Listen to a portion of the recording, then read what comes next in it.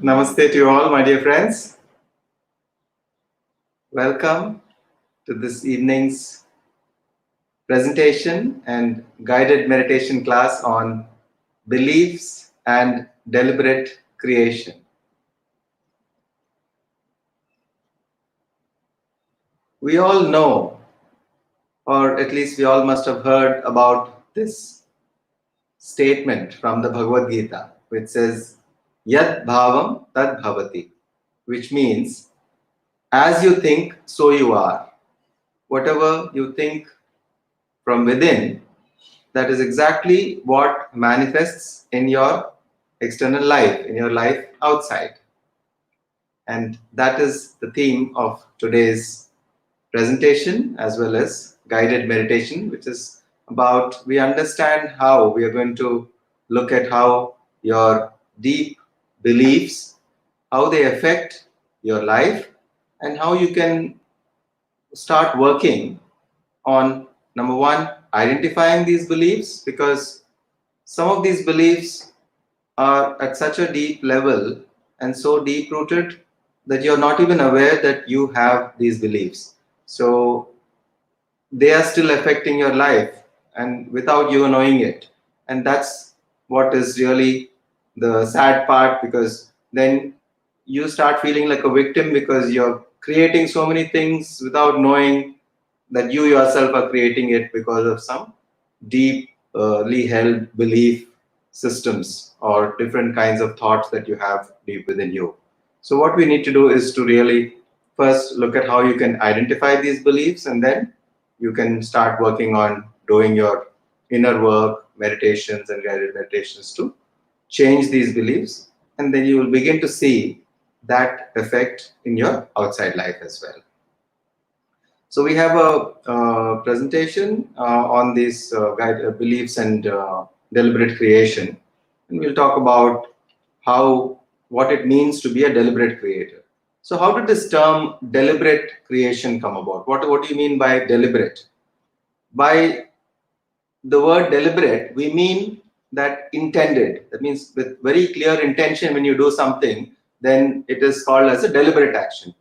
On the other hand, we do a lot of things which are not deliberate, just by default. We just keep following our habits, our old habits. Like they say, old habits die hard.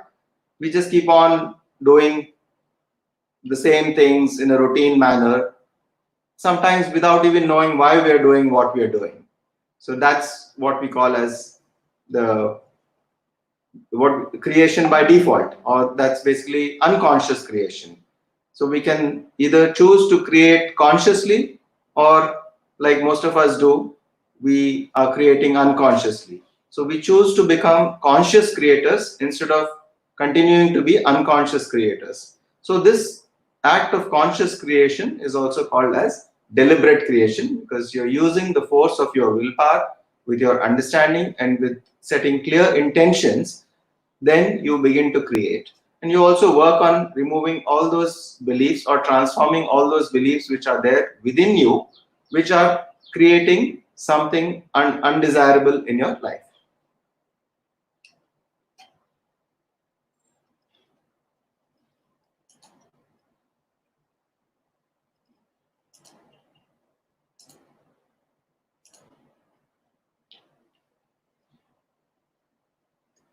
So friends, I hope it's visible, the the presentation.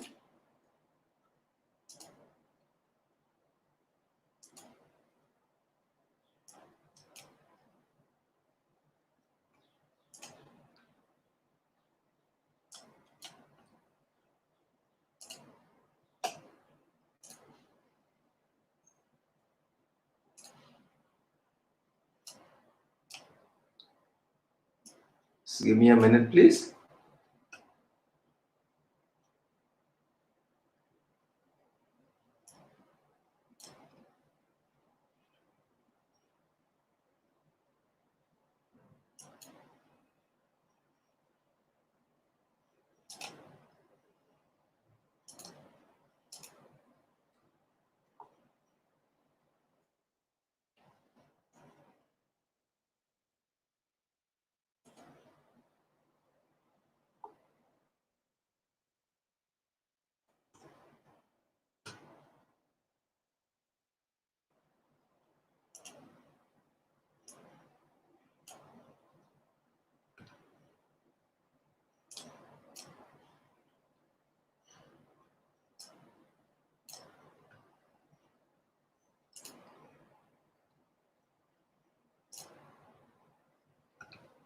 Yes, thank you, friends. So, welcome to Quantum Life University to this presentation again on beliefs and deliberate creation.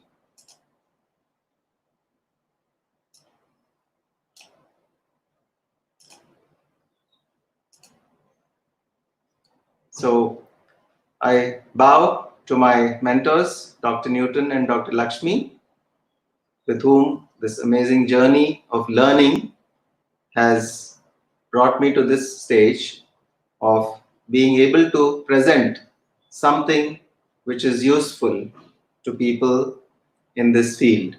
So thank you very much for all the help and guidance that you both have given me as the founders of Quantum Life University and Life Foundation. And we come to this presentation on beliefs and deliberate creation. So let's look at our belief systems. So in our beliefs, we have different. What is a belief, first of all? First, we need to understand what is a belief. A belief is nothing but a thought that you have been thinking repeatedly. And as you keep thinking repeatedly, finally, you will make this thought to be a part of your regular system into your subconscious. Then it becomes a belief. So a belief is nothing but a thought that you just keep thinking again and again until you accept it as a truth. And then it becomes a belief. So where do these beliefs come from? For that, you need to first understand where do thoughts come from and what types of thoughts are there. And this is how you will be able to first understand your beliefs. Because beliefs are nothing but thoughts that you just keep thinking repetitively. So what are the types of thoughts that we have? One, we have surface thoughts. These are the thoughts that just are there on the surface of our awareness. Random thoughts, thoughts which are in response to our environment, in response to environmental situation, whatever is going on around you. And these are the surface thoughts. The next are the root thoughts. So the root thoughts are the thoughts which create the surface thoughts. They're at a deeper level compared to surface thoughts. And below that, we have the beliefs. The beliefs are the thoughts which we have been thinking repeatedly again and again, and we are finally able to accept it as a truth.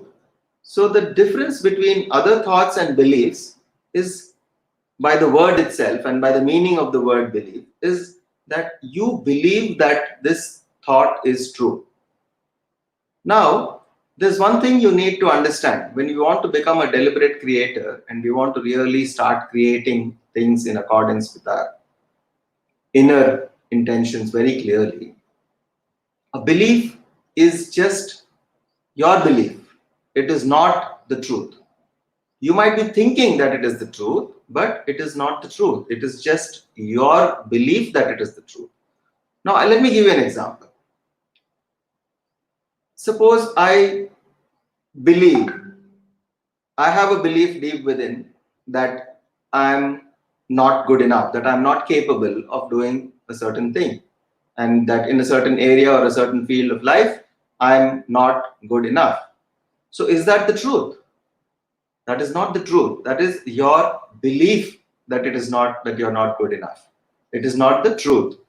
Unfortunately, we start believing that this is the truth. We start taking it to be the truth. And that is why it starts manifesting, because our belief about it is so strong that it starts manifesting.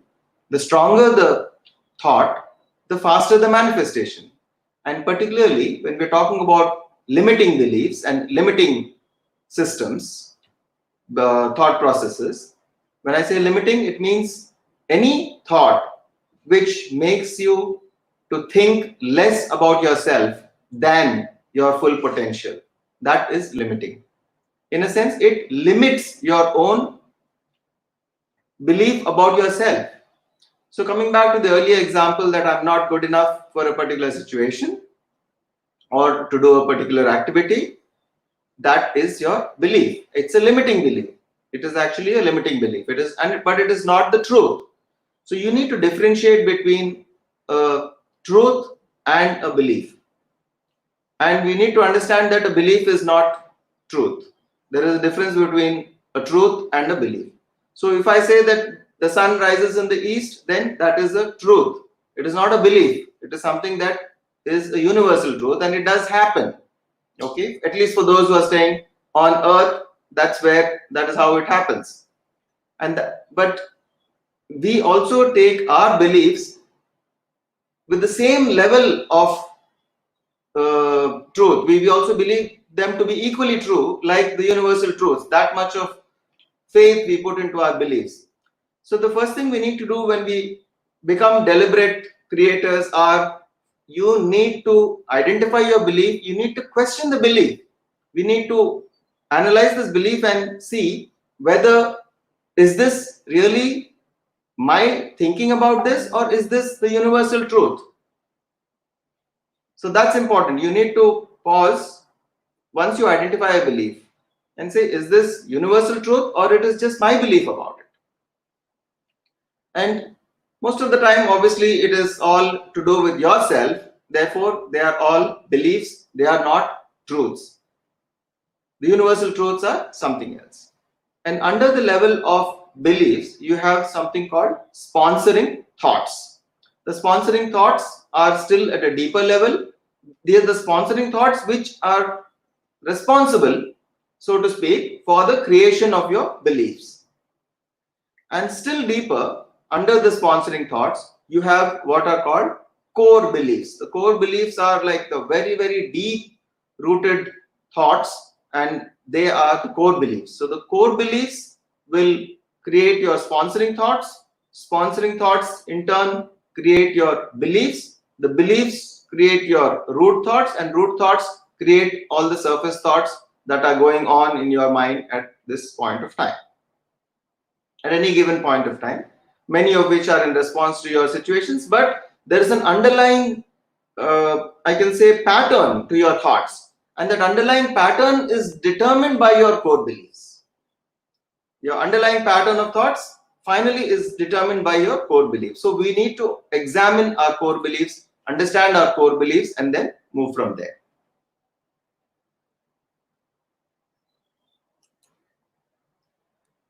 So if we are all clear about these things, about beliefs and how they come and what are the different types of thoughts that we have,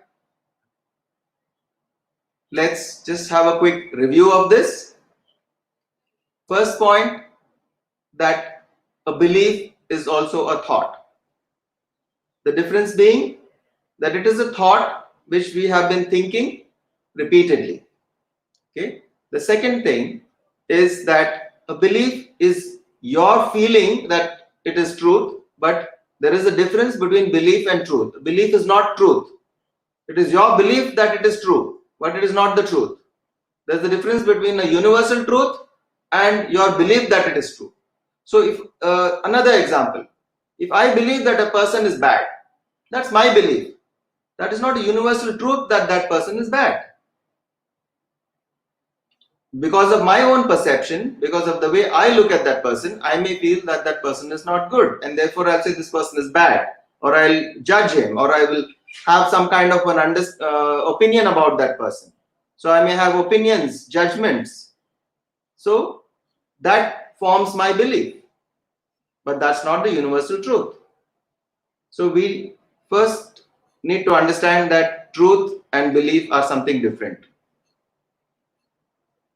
And then we have how these thoughts come. We have core beliefs. Core beliefs result in sponsoring thoughts. Sponsoring thoughts result in beliefs.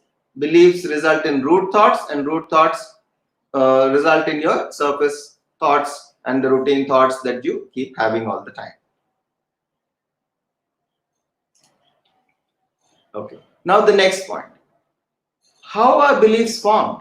So we say, okay, we have thoughts that we have been thinking repeatedly, and because of the repeated thinking of these thoughts, we have formed certain beliefs. But how are they formed? How are they actually formed? So we need to look at how these beliefs are formed. There are two ways in which beliefs are formed. The first is experienced beliefs, and the second is called indoctrinated beliefs. When I say experienced belief, an experienced belief is something that we have begun to believe based on our own personal experience. For instance, a child plays with fire for the first time, gets burnt, gets hurt, and then begins to understand that fire can be hurting, it is dangerous, it is hot, it can be painful to put your hand in the fire. Then it becomes a belief that fire is dangerous. It is an experienced belief because the child has learned this from own experience. On the other hand, there are beliefs which are called indoctrinated beliefs, which are based on what we learn from others and what we are also sometimes taught by others. And there are many ways in which we can acquire indoctrinated beliefs. We will look at all these different ways in which we can actually acquire indoctrinated beliefs. So we'll look at some of them. So again, let's review this slide once. There are two ways in which beliefs are formed. The first is that beliefs are experienced beliefs, where you develop beliefs based on your own personal experience. And the second are indoctrinated beliefs, beliefs which you acquire or develop based on what other people have taught you, or so many other factors have taught you, which we will look at that. Okay, now let us look at some of the ways in which we acquire indoctrinated beliefs. One, of course, the first is the self-experiences, which is not part of indoctrinated beliefs. But now let's look at all the rest of the ways which we can see which are the indoctrinated beliefs.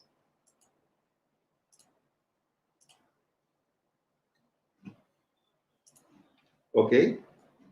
So one of the most important sources of your beliefs is your upbringing or your family of origin. Your family teaches you so many things. Not all of them are the truths, but they become our beliefs. And we don't question them because we trust the people around us, parents and caregivers and members of the extended family. These are all people who are our early influences since childhood, and everything they tell us we accept as the truth, because as children we are very impressionable, we are trusting. Our nature is very trusting. We completely trust everyone around us, and because of the trust, we really absorb everything, and we say that yes, this is and we accept everything to be true, and we form these as our beliefs. The next influence is society. Society is such a major influence on people, and as we keep growing, we start interacting with people beyond our own extended family, a family and extended family, and that's what we call as a society in which we live in. And society starts teaching us certain things, and again, these are just beliefs, not truths, but we take it as a truth.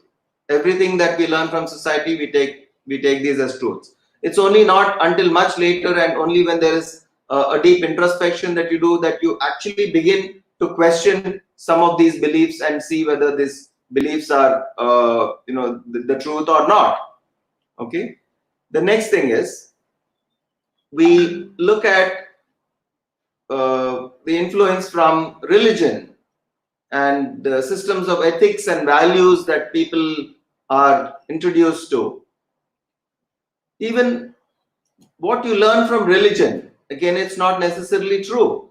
It is just something that makes you to acquire another set of beliefs, which we call other religious beliefs, or the beliefs which are based on the ethics and values which are taught by people around you who are responsible for teaching you those things like ethics and values.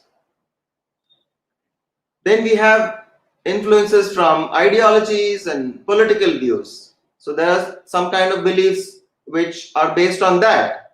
Like, for instance, a person with an ideology of, let us say, a communist ideology has a certain belief about, not just about the political system or about the political way of running a government or an organization or the country, but it goes into much deeper. It looks at people in a certain way. It looks at how a certain category of people, what is their way of living and what is their way of thinking and understanding. It makes certain assumptions. And why I say assumptions is because these are not necessarily true again. But every different ideology or every different political system will have its own way of looking at it. For instance, a communist ideology is that the rich are always oppressing the poor. It's not necessarily true, but it is the belief it is the belief which is the foundation, one can say, about of the communist philosophy, and that is just given as one example. And so it is with each and every other system or political ideology or any other kind of ideologies that we have in the world. All these have specific belief systems which form part of the whole ideology and understanding. Then we have your own culture and ethnicity, the culture in which you are brought up, the kind of environment and ethnicity from which your upbringing is happening. All this is a major influence in your own life, and they affect your beliefs as well. The next thing is the race from which you come from, the country of origin. People from a particular country have certain beliefs. People from another country may have different kinds of beliefs. So when you interact with people of other nationalities, you find that they have different belief systems. And that has nothing to do with them personally. It has got to do more with, we can say, the whole national belief system, where the entire country believes certain things.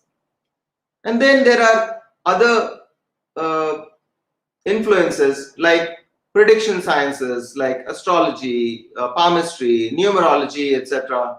All these also affect your beliefs. They make you to absorb certain beliefs. For instance, if you are a great believer in astrology and you have understood and you read something, and in that it is mentioned that this particular time of your life is not good and you're going to have a lot of challenges during that time, then that becomes a belief. Then you believe that this time is not good for you. And we'll see how it affects us later, because once you have a belief that this time is not good, and belief is nothing but a thought, and your thought creates your reality, it means that the fact that you have the belief itself, you are making that to happen. You're making that into a truth. So this is what we call as a self-fulfilling prophecy. Why is it self-fulfilling? Because your belief in something is what makes it true. It is not the prediction itself which makes it true. A prediction is a very general statement in which they say that this time is not good for you. And then you will make it bad for yourself because you believe that it is not good for you. And therefore, that underlying thoughts are all limiting. You have that, and after some time, you may even forget that you have this, that you have even read this, or you have been told this by somebody. But it keeps working from underneath like a virus inside a computer system, whereas everything is happening. Okay. And yes, someone was talking about that I miss beliefs on education, influence, teachers.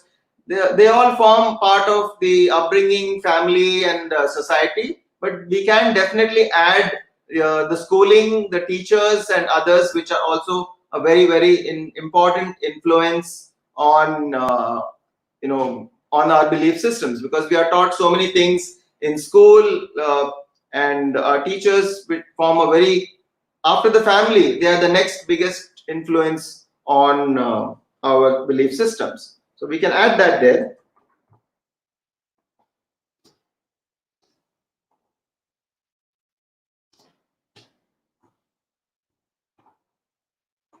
Yes, thank you for bringing that. Yes. So, and then so once again, just quickly to review the formation of beliefs and the influences that we have. Self-experiences. After self-experiences, the other beliefs are called the indoctrinated beliefs, and the indoctrinated beliefs are those which the indoctrinated beliefs are those beliefs which are formed because of what we learn from outside, and we have influences from family, teachers, school and education, society, religion, ethics, ideologies, culture, ethnicity, race, country. Then, of course, other things like prediction science and many other influences which we have probably not listed out here, but these are all possible influences which cause the indoctrinated beliefs within you.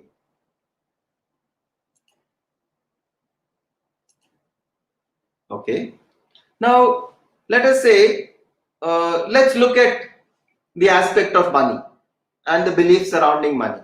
You could extend this logic to every other aspect of your life, but for some time, let's look at the beliefs that we have surrounding money, because money is a very important aspect of our lives. It has become a very important aspect of our lives.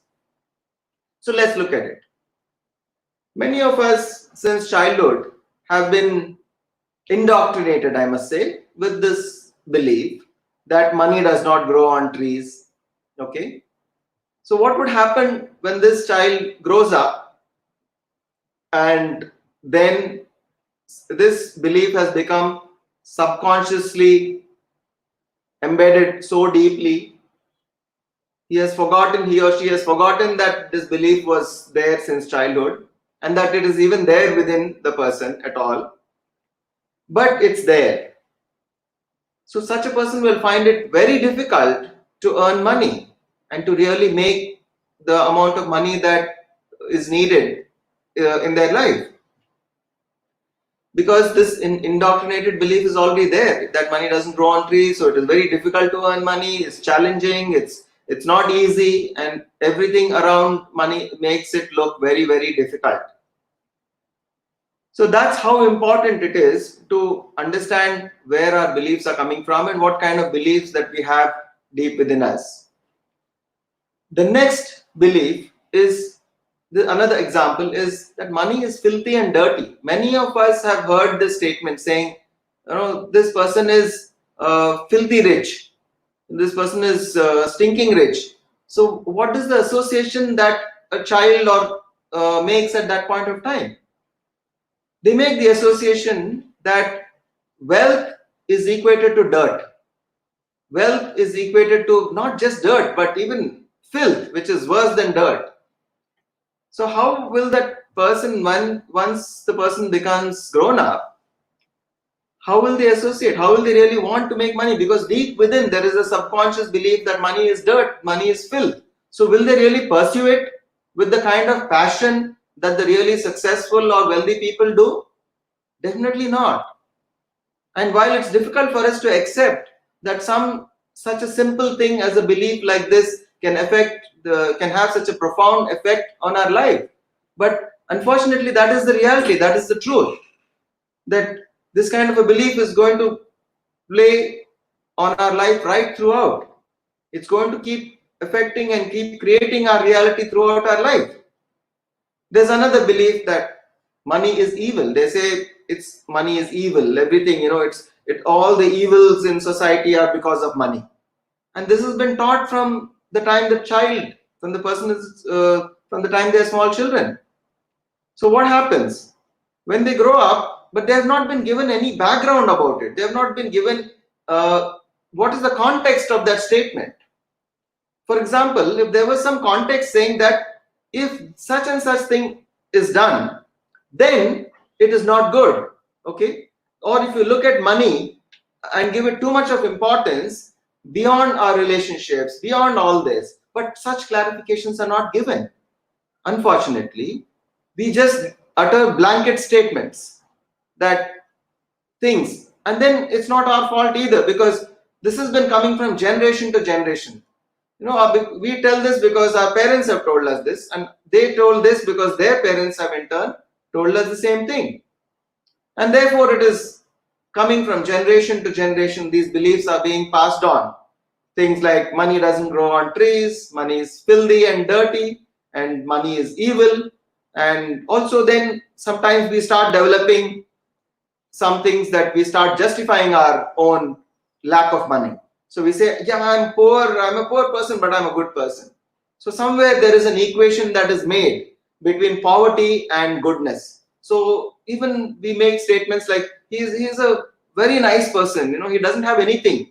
He doesn't have any wealth, nothing. He's very poor and he's very good. So somewhere that subconscious association is made that poverty and goodness are they go hand in hand, and that one is dependent on the other. So if you become poor, you become good, and so everyone wants to start becoming good, and therefore subconsciously you start sabotaging everything that happens with respect to money. So whenever money starts coming in, you start sabotaging it subconsciously, and that is how you become more and more poor. And this we started noticing this only when we started looking at it, and we made people to look deeply into their beliefs, and then we could clearly see the association between all these beliefs and what is really happening in their lives.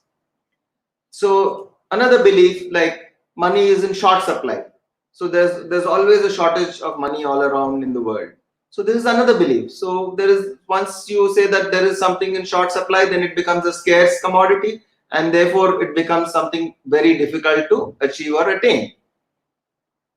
And these are just a few examples. There are hundreds of related examples, and you can probably list out on your own. So probably you could do this as an exercise sometime after the meditation and everything over the next few days. Just list out all your common beliefs that you have into different categories. Now let's take some categories. Like, since we've already talked about money, you can just make a note of this. Your beliefs around money, your early beliefs around money, and look at it. Just go back into your own memory, into your childhood, all the way back, and look at what your parents would tell you or people around would tell you related to money. Beliefs such as these examples that I have shared just now. Another area is look at your beliefs surrounding relationships, because this is another important area of your life. So look at your beliefs surrounding relationships since childhood and note them down. So that would be another aspect of it. Yes, so Mr. Ashok Kumar was saying that some parents say money comes only when we have luck and when God writes the program in our life. So that's another belief, that it takes that belief is not only limiting, but it is disempowering. It means that you will get money only when you have luck. You are not going to get money whatever you do, however hard you work, or whatever you do, or however well planned efforts you make. You're not going to get it because you need to have something called luck, and you don't know whether you have that luck or not. And there's no way of really knowing whether you have that luck or not. That is true. That is another belief. So like that, you'll find so many beliefs, and when you really look at those beliefs, you find that when you bring in all these together, no wonder money becomes such a big challenge for most of us in life, because of so many beliefs that we are carrying, which are working against the free flow of abundance and money in our lives. So do this exercise later about writing down beliefs around money and beliefs about relationships, because these are the two most important aspects of life.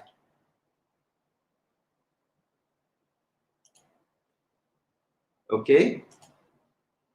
Next, we have something, again, going deeper into some of the examples related to money or beliefs related to money. There are something called identity or self-esteem beliefs. Identity or self-esteem beliefs.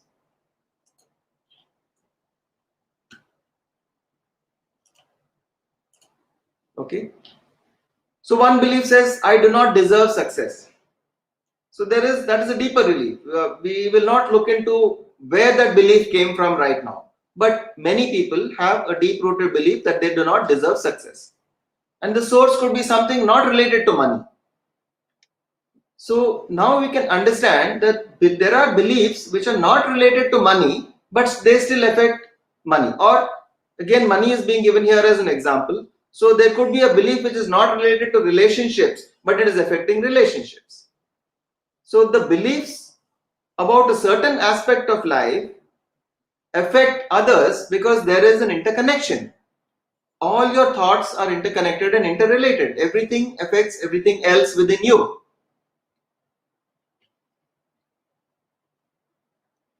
Okay. Dr. Bhuma is asking, how do we shift from these beliefs? And simple affirmation does not feel authentic at times. Okay. So, yes, I'll come to affirmations later when we look at how we are going to change the beliefs. And I'll also tell you about how some common affirmations, why affirmations don't work all the time, because of the way we are actually practicing it. So I'll talk about that later. And money is not in our destiny is another belief. Yes, that is true. We've already covered that when we talked about luck, which is quite similar to what we refer to as destiny also, that it is not there in our destiny, it's not there in our karma, it's not there in our destiny. That's again another belief. So we need to first understand what the belief is all about, and first identify all the beliefs. We also need to make the correlation. We need to see how that particular belief is going to affect different aspects of our life. And then once we transform the belief, we are actually going to see how it's going to start changing your life itself, and you're going to see all the positive things that you really wanted to manifest, they begin to get manifested in your life. So now we come back to this aspect of some of the negative beliefs regarding money, about the identity or self-esteem beliefs. Okay. So one of them is, I don't deserve. Now this lack, not deserving, could come from, I'll give you an example. Let us say you had a past life, okay, in which you misused your success, that you were very successful and somehow you misused your power that comes from that success. And finally, when you were vacating the body and you were ending that life, at that point of time, there was this thought within you that next lifetime I'm not going to be so successful because I didn't really do what I should have done or what I could have done with the success that I had. And we have seen many people had this kind of past life experiences, and they were stuck with this similar belief that I do not deserve success. There could be other reasons. I'm just giving one as an example, one particular scenario of a past life situation as an example. So this I do not deserve success could come from a past life, it could come from childhood, it could come from, for instance, now, let us say, now look at the current life.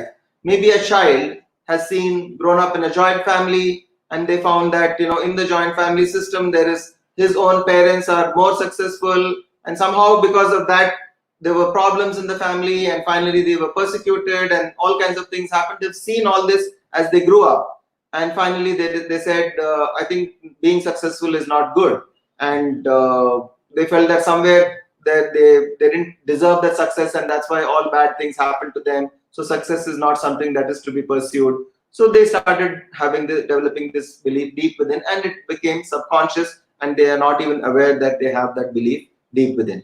So these are aspects of ourselves, these belief systems which are developed in different ways, coming from past lives, coming from childhood, all these things, but they are still affecting other areas of our life. Now we have another thing. Another belief is I do not have unique talents or abilities. So somewhere there is a thing that has been ingrained in us that if you don't study well and you don't develop a lot of skills and talents, then you will not be able to earn money in life, or you will not be able to become successful in life. So this is being taught. And then somewhere, because of other aspects, because of your own low self-esteem or because of your low self-confidence, you don't believe that you have enough of skills and talents. So then you again make this correlation and say, since you need skills and talents to make money and be successful in life, and since I don't have skills and talents, then obviously I can't be successful. So this is how the thoughts get enmeshed. One affects another, one thought leads to another thought, and that thought finally leads to another thought, and that forms a belief. Now, for instance, when we can go back to this earlier slide, and in the same example, that makes it more clear to you about the core belief. Now, let us say here, the core belief is I'm not good enough. The core belief is I'm not good enough.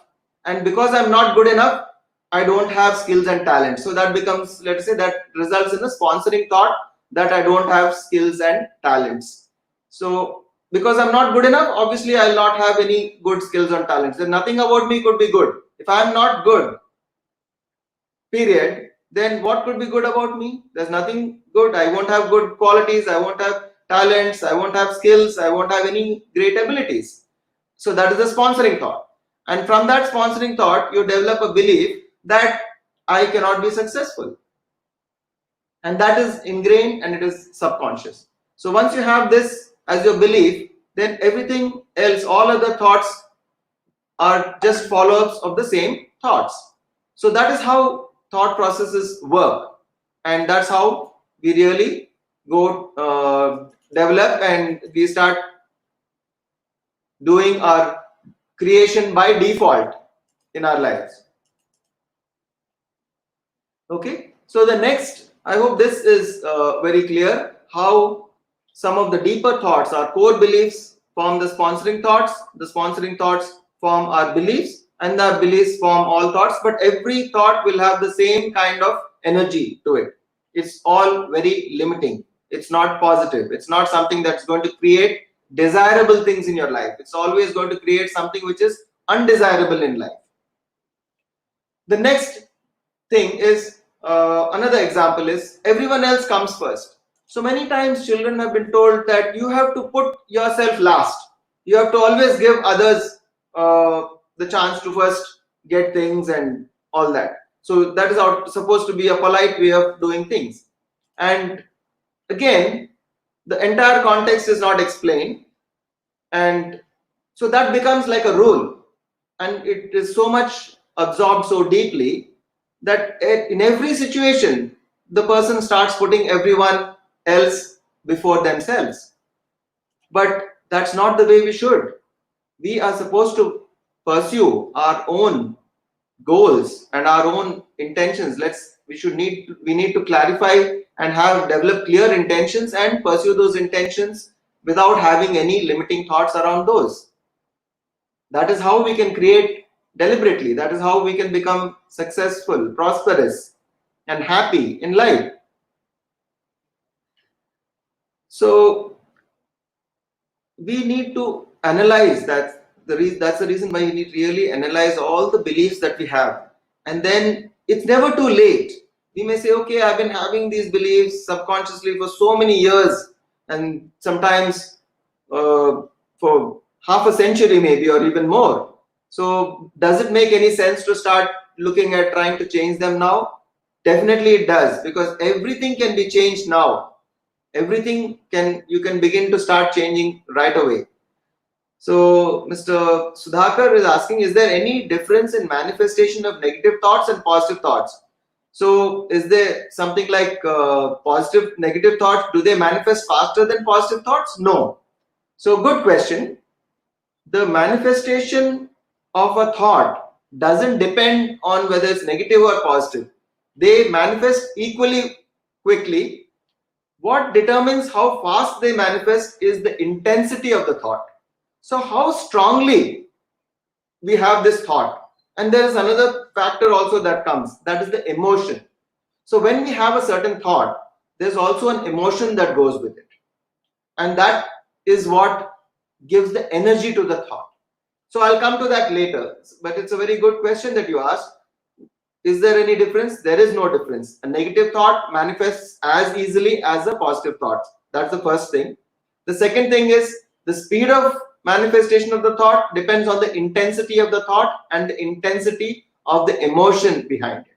For instance, I desire a certain thing to outcome in my life, but how intensely and how emotionally, with how much emotional intensity do I feel this?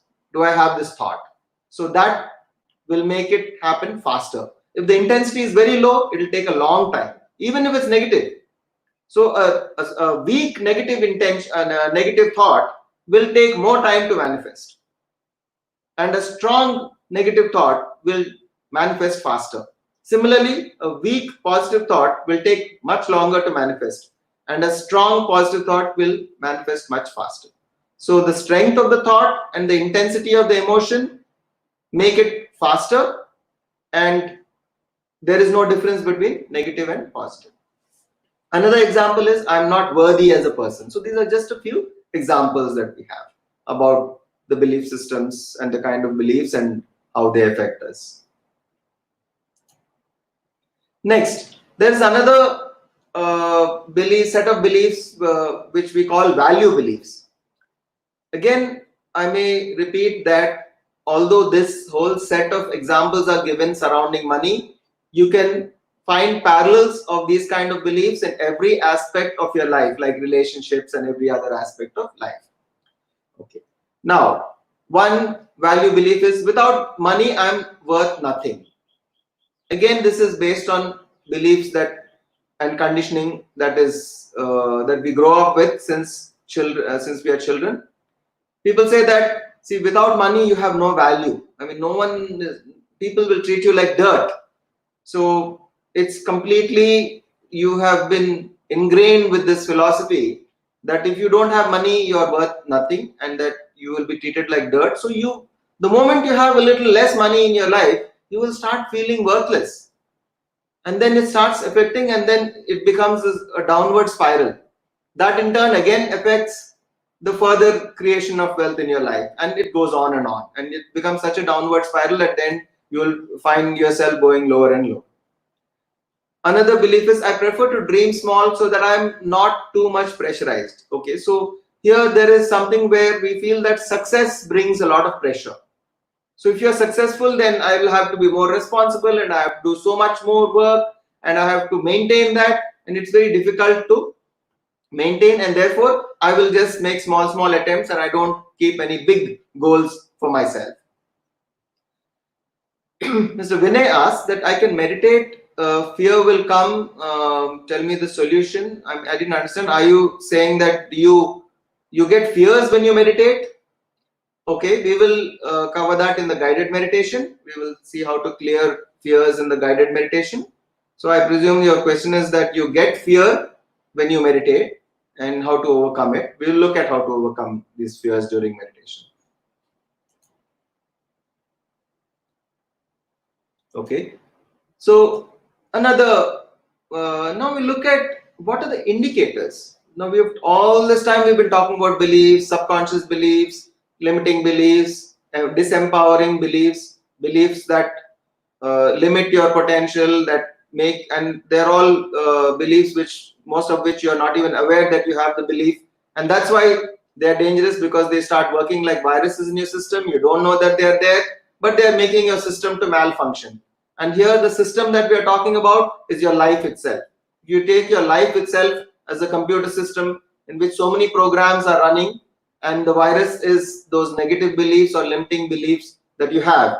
And there are many of those viruses, not just one of them, and all those viruses are acting and you don't even know that they're there inside, and they're damaging all the outcomes that you really want to happen in your life.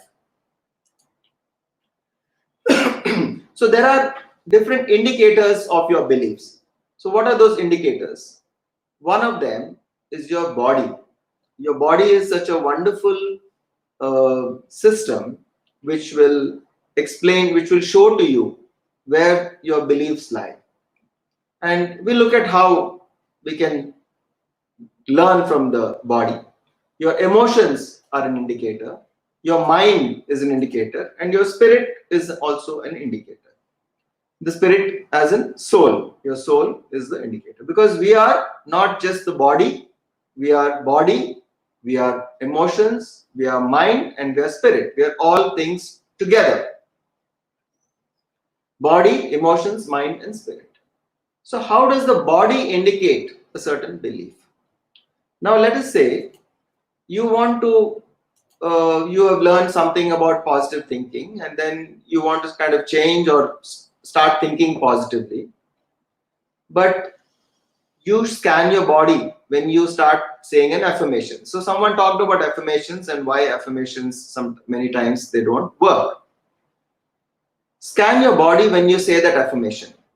So let us say the affirmation is that I am inviting all good in my life and all good things are coming to me easily. This is one of the common affirmations that people do. All things come to me with ease and glory and joy, and so many kinds of positive affirmations are there. But most of the times they are not working for people. And there's nothing wrong with the affirmations. Nothing wrong with the people who taught them that these are good affirmations, powerful affirmations, which you can use. But what is wrong? Why is it not working? That's where you need to understand that you already have some subconscious beliefs inside, which need to be cleared first. And then your affirmation has to go inside. So it's your subconscious mind, let us say, is like a glass which is already filled with some kind of poison. Okay, that's the kind of analogy that I can give you. Okay, your subconscious mind is like a glass of milk which is already filled with a lot of poison, and the poison is nothing but your limiting thoughts, your limiting beliefs, and most of which you're not aware of, like the viruses inside a computer. They are there. And to that you add something positive to the milk which already has poison. Will it become good? Will it suddenly become healthy for you to drink, and then it's going to create something great in your life? It can't. It's a very simple logic. So what we need to do is you need to first do the inner work. You need to clear all the negative stuff which is there inside, all the limiting beliefs. You need to transform those limiting beliefs. And without transforming those limiting beliefs, we just go on adding affirmations and affirmations. Then there's already something which is negating all these affirmations and you're not aware of it. That's why most of the times affirmations are not working. So Gita asks that nobody wants to experience negative thought manifestation. Still, negative thoughts sometimes seem to control the whole mind and body system. And where do these negative thoughts arise, and when even we don't want to have them? Like I have already explained in the earlier part of the presentation, most everything comes from the subconscious, and in the subconscious they may come from your past life or they come from your childhood experiences. That is the maximum potential. Other things are of course learned over a period of time, but the strongest, deepest influences are always those which have been acquired during childhood and which are coming from your past lives. And you're unaware of these beliefs, you're unaware that you even have these thoughts. So you're right when you say that you don't know where they're coming from, because you have not tried to find out where they're coming from. So what is important for us is maybe not as much important to know where they're coming from, but at least to find out that they are there and bring them out into the conscious awareness. We need to bring all these subconscious into the conscious awareness. So, and once you bring it into conscious awareness, then you can transform these limiting or negative beliefs into positive beliefs. So then you would have transmuted, in my earlier example of the milk and poison, you would have transmuted the poison into something wonderful, something divine, and something like nectar. Like this is exactly what was done in the Sagara Manthan, where the whole sea was churned, and the poison that has come is now being transformed by Shiva. It shows that all that poison is being transformed. And where is it done? It is done in the throat, and the throat is the chakra which is responsible for the creation. It is the chakra responsible for creativity, expression, and everything. So such a wonderful symbolism that we find from our ancient scriptures, where they talk about you have all that negativity, you take it inside, and through the power of your creation, you transmute it into something, and then that can help you to manifest some. So all the negativity it is there within us. It is there within. Shiva is representative of each and every human being. The consciousness, the pure consciousness that exists in each one of us, that is what Shiva represents.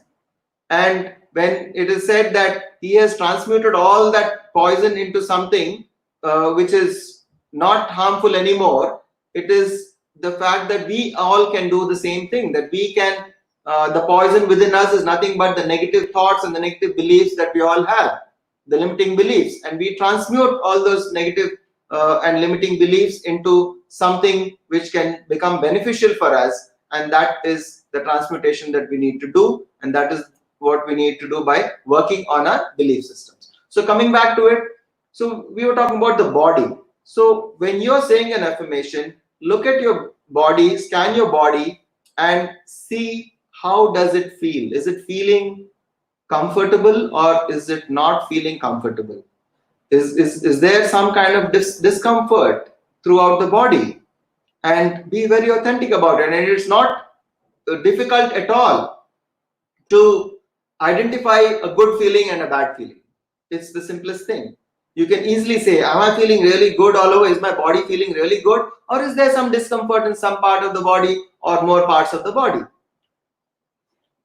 So Mr. Tapas asks, so what according to you is the most effective way to cleanse the negative subconscious thoughts, particularly the thoughts related to absence of prosperity, and transform these into very positive, prosperous thoughts and actually manifest them in your life? We need to do it practically. So the first thing is to identify that you have negative thoughts. Like I said, and I've been saying repeatedly, and I will continue to say that because it's so important, we are not aware most of the times that we have limiting thoughts. Because if you were aware so much that you have limiting thoughts, you would have definitely tried to do something about it. Most of the times we don't know that we have subconscious limiting negative thoughts. So first thing is to bring those into conscious awareness. The second thing is, once you bring them into conscious awareness, then you transmute those negative and limiting thoughts into positive. And then you use other affirmations from outside, and then you do meditations which further intensify your positive thoughts and then you add emotion to it, positive emotion to it, and that's what we are going to do in the guided meditation. We are actually going to do a guided meditation in which we will look at some of your beliefs. Before, by the end of this presentation, you will get some idea, and I want you to give some thought to that while this presentation is going on, and identify at least one or two beliefs which you feel now, which you have come to recognize in the course of this presentation, in the course of all this that you have been seeing.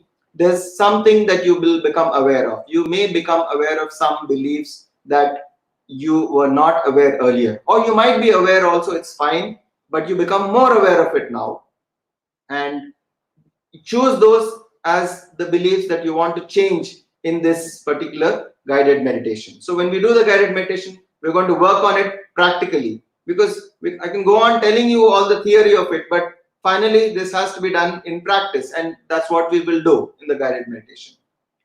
The second is emotions. Another indicator of your beliefs are emotions. So when you look at a particular thing, and when you are trying to say some affirmation and your emotion doesn't feel good, again it means that there is something deep inside which is not agreeing with that affirmation. So its emotions are another indicator of your beliefs. So if you're not feeling good, it means that whatever you're thinking at that time is not going to have a positive outcome. And this is not about superstition. It is a very wonderful feedback system. The divine has given us the body and the emotions as beautiful feedback systems. And they are perfect. They are what we can say high fidelity, because they don't lie. They always tell you the truth. They will never mislead you. You follow your body, you follow your emotions, and you will always be given the right kind of guidance, because they are your inner guidance. They are your own. They are not something that has been given to you from outside. And you must learn to start following your body and start following your emotions, understanding them, because they are your guidance system. If a ship is going on the sea, it needs a guidance system to know where it has to go and which direction it needs to go in order to reach its destination. In the same way, the emotions are our guidance system. And our body is the system which tells us about the health of our thoughts. Are the thoughts positive, negative? What is happening? Because the moment we have more negative thoughts, our body begins to show all that in the form of physical ailments. You'll start getting aches and pains and discomfort everywhere in different parts of the body. All these are indications of the trapped energy surrounding the negative and limiting thoughts that are there within you. Now, this is not going to be easily accepted by all of us. And I know that it's very difficult for us to accept and say that everything that I'm experiencing right now, all the discomfort in my body, all the negative emotions and everything that I'm going through is because of certain thoughts. You will deny it. You will say, no, I'm not thinking negative. I'm always a very positive thinker. I'm a very positive person, but still I have this issues. I have these health issues. I have these emotions. I have these negative emotions. But it is all because of something from the deeper thoughts from inside, from your beliefs and thoughts. Because the spirit, mind, emotions, and body are totally interconnected. They are so perfectly interconnected. Everything affects everything else. And then the mind. The mind is, of course, the thoughts. So we have seen about the thoughts, and the mind can also show you about the beliefs, because when you think about the beliefs that we have, so this is what we can say a more an intellectual way of finding out your beliefs, because through your mind you can analyze and then get the beliefs that you have. And then spirit is, of course, the soul. The soul talks to you in the form of your intuitions. You may suddenly get an idea that there is some belief that you have inside of you, which is not helping you to realize your full potential. And that is the way the spirit or soul also gives you indications about your beliefs, the limiting beliefs that we have. So let's be very clear. Body, emotions, mind, and spirit are totally interconnected. And all these are so perfectly interconnected, and everything can be the guiding system that you have. So your body shows you about the negative beliefs that you have, your emotions show you, the mind shows you, and also spirit gives you indications in the form of sudden flashes of intuition and insights that you keep receiving from time to time. However, you must develop a sensitivity to recognize these insights and intuitions when you receive them, and that happens with a regular practice of meditation. You become more receptive to these other signals that keep coming to you from all over. Okay, so now we go to the next slide. We look at how the body actually shows you your beliefs. The body is a living example of oneness and abundance, and it's a wonderful feedback system that gives us instant feedback regarding our thoughts. And the body is like a mirror of our beliefs. Whatever is our inner belief, it is shown by the body. The emotions are again indicators of thoughts and deeper beliefs, and they are navigation tools on your journey towards not just prosperity but every aspect of life. If you want to go towards happiness, you need to use your emotions as your navigation tools. If you want to go towards harmonious relationships, you need to use your emotions as your navigation tools. And so also when you want to navigate towards prosperity and abundance, also you need to look at your emotions and use them as the navigation tools. Okay. Now in the mind, if we shift the thoughts from negative to positive, then the concentration will begin to alter the balance. So once you shift from the positive, you continuously keep checking on your emotions and your body also. And if it doesn't feel good, then again it means that there is some more thought that you need to process and change. And you keep doing it until your body feels completely harmonious, until your emotions feel very calm and stable.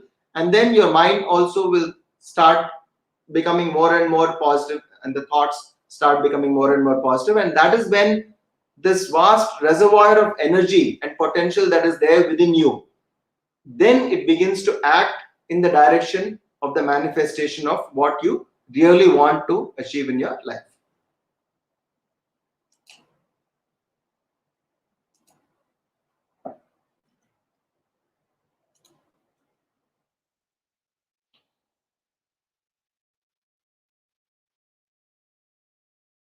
The next is, of course, the spirit, which or soul, which contains the totality of all experience from all lifetimes, and you can summon the wisdom of your all-knowing spirit or the soul in your deeper meditations. You will be able to access this higher wisdom and use that in your life to transform everything that's happening.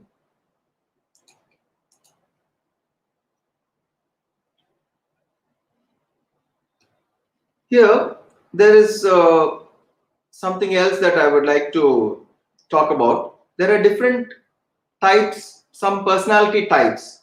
You can identify that you may fall into any one of these 9 categories. We call them as the 9 egos or the 9 personality types. So, in this, the first type are, and all these personalities have a deeper inner fear. The first, they have a fear that they may be evil or corrupt or defective in some way. I'm not going to explain about these personality types, but these are just for you to know and identify. Probably it rings a bell within you, and it will give you an indication of your deeper limiting and negative beliefs. The idea is that you should be able to identify at least 1 or 2 very strong, intense, limiting or negative beliefs within you, which we will work on in the meditation that we are going to do after this. The second, they have a fear that they are unwanted or unloved. So I will, after reading out all the 9, I'll again read all of them once again so that you can quickly identify any one or sometimes even two which you strongly resonate with. And then you understand that these are your core kind of beliefs, the kind of beliefs that you have at a very deep level. And choose them in your meditations when we are going to do the guided meditation. And we will work on transforming that particular belief or beliefs.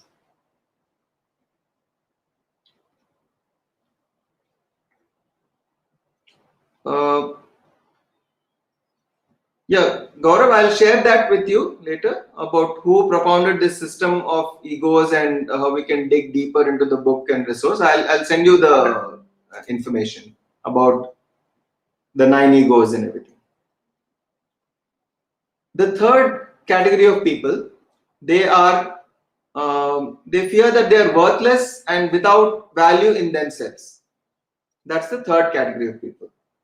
The fourth, they have a fear that they do not have any identity or any personal significance of their own. That they don't have any personal significance. Now 3 and 4 look very similar. One, they feel they are worthless and without value in themselves. The fourth, fear that they do not have an identity or personal significance. So there is a difference between not having self-worth and not having self-identity. Okay. So the third category, they believe that they don't have any self-worth and they don't have any value of themselves. And the fourth, they believe that they don't have their own identity and they don't have any specific thing, that they don't have any unique thing to contribute to this world. So that is the fourth category. In the fifth category, they feel that they are helpless, incapable, or incompetent. The sixth, they have a fear that they are without any support or guidance. That means they feel they are not being helped by anybody or they are not being guided by anybody. The seventh, they have a fear that they are trapped in pain or deprivation of some sort. That they are trapped in some kind of pain or deprivation. So we can call that a kind of a victim state. They feel that they are in some kind of a victimized state all the time. The eighth, the seventh is they feel that they are trapped in some kind of pain or deprivation. So they feel trapped. They're kind of helpless kind of a situation, trapped situation, where lack of freedom. Trapped means lack of freedom. They feel lack of freedom in their lives. Then the eighth feel that they will be harmed or controlled by others. No, sorry, this is the victim state. They feel that they're victimized because they feel that they'll be harmed or controlled by others. And the ninth, they fear that they will suffer loss of connection with others. Which is they are the kind of people who always keep fearing that they will lose their loved ones or they will lose their connection with their loved ones and with anything that is meaningful and valuable to them in their lives. They feel that they will lose that. So these are the 9 personalities and egos. So like I said, I'm going to repeat this once again and look at just see for yourself which of these resonates very strongly with you. The first one, fear that they may be evil, corrupt, or defective in some way. Okay. Second, a fear that they are unwanted or unloved. So in a way of speaking, the first one could be like if you feel that you're a perpetrator in some way, that you are evil, corrupt, or defective in some way, some kind of a perpetrator. Then the second one, feeling unloved and unwanted. The third, feeling worthless and of no value. Fourth, feeling that you don't have any identity or any personal significance of your own, no self-identity, no uniqueness. The fifth, that you're helpless or incapable or incompetent. Then the sixth, that there is no support or guidance. The seventh, that they're trapped, that is lack of freedom and being deprived of things. And eighth, fear that they will be harmed or controlled, like being like a victim. And the ninth is feeling that they will suffer loss of connection with others. That means they will be losing the things that are valuable to them in their lives. So look at that and understand and identify for yourself the one most important one, and there could be another one which looks almost equally important. So identify these two. So we can start working on those two beliefs in the guided meditation subsequently. Now, your present situations are also indicators of beliefs from past lives. Whatever is happening in your present life, things that you don't want, there could be indicators of beliefs that you're carrying from your past life. Because we talked about beliefs coming in and being there in the subconscious. But you need to understand this concept of Yad Bhavam Tad Bhavati is a universal law. Whether you like it or not, it happens. It works that way.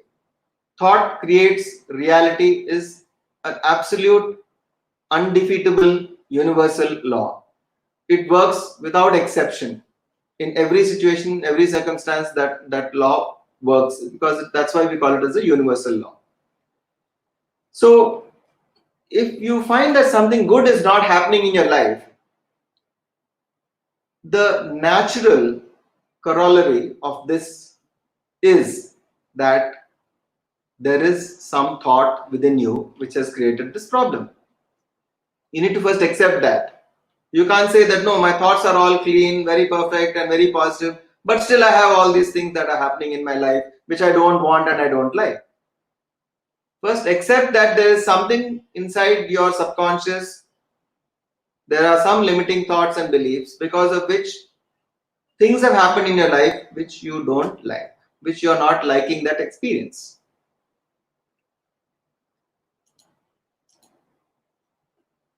So now, how do you apply the principles of deliberate creation? What are the basic fundamentals of deliberate creation? So you have been asking, okay, fine, we have these negative beliefs, we have these limiting beliefs, and we don't even know them most of the time because they are subconscious. But how do you start making the change? How are you going to start working on creating what you really want in life?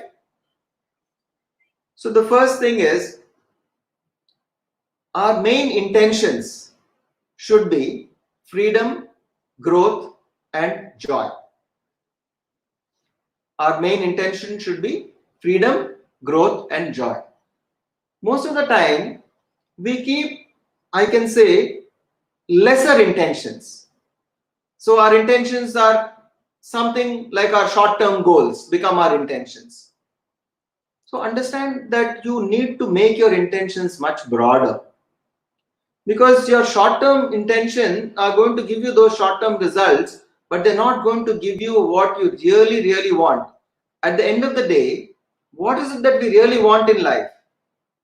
What is the true measure of someone's prosperity? What is the true measure of your success in life? What is, yes, Srinita says that now suddenly realize a very hard fact of current life and related it to my past life. Yes, it is true that if you really look at your current life very hard, intensely, and authentically, you will find the kind of pattern or samskara which you brought in from a past life, which has caused the manifestation of this particular unwanted or undesirable aspect in the life. Okay, so now coming to the principles of deliberate creation, always set your intentions first, much broader intentions. Don't look at small things or much smaller intentions, because if you look at the broader aspects and you change everything at a much broader and deeper level, the small things are automatically taken care of. Please understand this. So choose freedom, choose growth, choose harmony, choose joy. Let these be the intentions that you have for your life. So that becomes the foundation of deliberate creation. The second point, and this is very important, you're not here to prove anything to anybody. You're here not even to prove anything to yourself.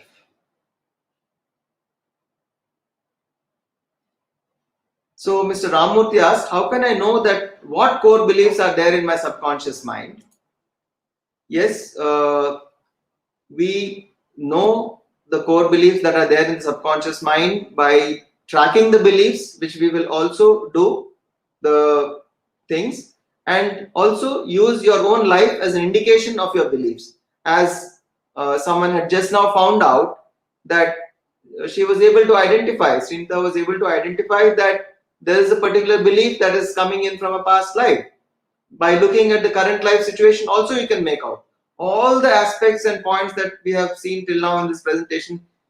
These are all so many different ways in which you can find out what are those embedded subconscious beliefs that we have. So you are not here to prove anything to anyone, not even to yourself. So that is the next point. You're not here to prove anything.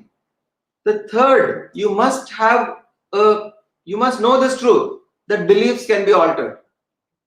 If you feel that beliefs cannot be changed, then well, your beliefs cannot be changed then. Because even that is a belief. You must believe that your beliefs can be changed. Okay, it's a very important thing for you to know that your beliefs can be altered.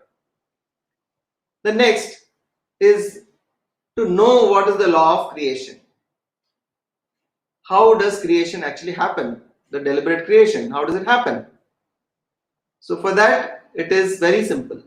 You need to intend it and then let it be. And it is. There are 3 steps. First, you intend, then you let it be, and then the manifestation happens. That's the third step. So where there is wisdom, prosperity manifests automatically. So intend to become more wise. Intend to become a better version of what you are right now. Intend that you are going to evolve, and in that evolution, everything else gets added unto you. Like Jesus Christ says, find the kingdom of heaven and everything else will be added unto you. So what you need to follow is the larger aspects: freedom, growth, joy, harmony, love, wisdom. So when these become your goals, and then you find yourself gaining in these aspects little by little, taking those baby steps one by one, little by little, you just keep adding those to yourself, and then you become slightly better and better version of yourself. Because we are all here to become the grandest version of the greatest vision that we have about ourselves. And this is a quote from Neil Donald Walsh, a wonderful master who wrote these amazing books called Conversations with God series of books. And the one statement that really touched me and influenced me so much is that, which says that we are all here to become the grandest version of the greatest vision that we have about ourselves. And it may be baby steps. You identify, then you start one by one, little by little, and slowly from, let's say, 1, you become version 1.1, 1.2, and finally 2, 3, and then you'll reach to still higher and higher versions of yourself until you become that grandest version and greatest vision of what you want about yourself. So coming back to it again, let's go through these points again, because these are the foundations of deliberate creation. Choose in your intentions the broader intentions, the larger intentions: freedom, growth, joy, harmony, love, compassion, wisdom. Let those be your goals. You're not here to prove anything to anyone, not even to yourself. Understand that. Sometimes we say that I'm doing this because I have to prove that I can succeed. I can prove that I can do this. Everyone has all the potential to do that. Only the limitations need to be removed. And the limitations are there in the form of our thoughts and beliefs. As we work on that, everything else will manifest. So, and then third, believe that your beliefs can be altered. Don't give up on your beliefs and say, I have these beliefs since so long and it's very difficult to change them. Don't have any negative thoughts surrounding the changing of your beliefs. Trust and believe that your beliefs can be altered. Then understand the law of creation. It is so simple. It is just intend and let it be, and it becomes. And then you understand that where there is wisdom, prosperity manifests. But where there is prosperity, you may not have wisdom. And then where there is no wisdom, even if you gain prosperity, it doesn't stay there for long. So because our ultimate goal should always be about freedom, growth, joy, love, wisdom, and compassion. And peace, if you want to add, because we need to have that peace, because these are all interconnected and interrelated states of being. Growth, you can't have peace without joy. You can't have freedom without joy. You can't have growth without freedom. You can't have compassion without joy. You can't become a loving and compassionate person unless you really feel the joy and connect to the joy which is already there within you.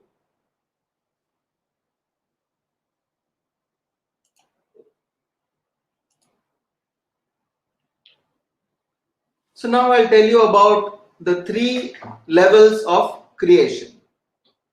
Okay, so one is called physical creation, which is what we call as the hard work. So hard work is what we do when we don't understand the laws of creation, when we don't use the power of deliberate creation, you are just doing hard work. Then in deliberate creation, we call it as smart work, because we are using the power of the law of attraction and the laws of deliberate creation to do your work, and that is called smart work. And finally, you become a co-creator. When you reach to the level of an enlightened master or being, then you don't even do the smart work, but everything that you want happens around you. You become a co-creator, and that is the stage which is called no work. So our intention as deliberate creation is, of course, eventually to reach to the level of co-creation, but at this point of time, we focus on shifting from hard work to smart work.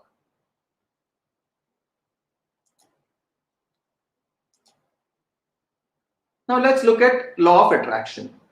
What is law of attraction? It says that which is like unto itself is drawn. And this quotation I've taken from the Abraham Hicks series of books, and a very highly recommended book is Ask and It Is Given by Abraham Hicks, and another book about deliberate creation by Abraham Hicks Publications. These 2 wonderful books by Jerry and Esther Hicks, who have been channeling the wisdom of this entity called Abraham about the law of attraction. So we just quickly look at the science of creation or the law of creation. There are just 3 steps, like I said. First one is ask. Asking is your work. That is setting the intention, being very clear about the intention that you have. To set the intention clearly, that is the ask. The second is it is given. Okay, when you ask, it is given, and that's not your work. Asking is your work. Okay, the being given is being done by the universe. The universe will give it to you. And the third step is you allow it. Only when you allow, it happens. So this is like Mr. Ashok says, give me an example of co-creation or no work stage. Let us take the example of Buddha. Once he reached to the level of enlightenment, he probably was running the largest organization that existed on the planet at that point of time. And everything was happening without him doing any work, so to speak. So that is the state of no work. Absolutely, completely he was in harmony with the whole universe. Completely he had become one with the universe. So everything happened around him, and that was the stage of no work. Okay, so the first step is ask, the second, it is given. So giving is not your work. Giving is the work of the universe. If you ask, it is given. And the third is allowing. But you have to allow. Now for this I give an example. You go to a restaurant and then you order something. Okay, and when you order, whose work is it to give? It is not your work to give. Your work is only to ask, which is the order. The work of giving is the chef. The chef has to prepare and the waiter has to bring. So they are together one team who is bringing to you. And in this case, that team is the universe. Every force in the universe will bring that to you. And that is the part which is not your work. And the third is allowing. So, but finally, when that is coming to you, you need to be in a state of allowance, or you need to be in a state of receptivity. So when the order is coming to you, you need to be there to receive it. You need to be there at the table to say you receive it. So that is what is called the art of allowing. So these are the three steps. When you ask, then the second step is not your work. The third step is again your work, where you have to allow it to be given to you.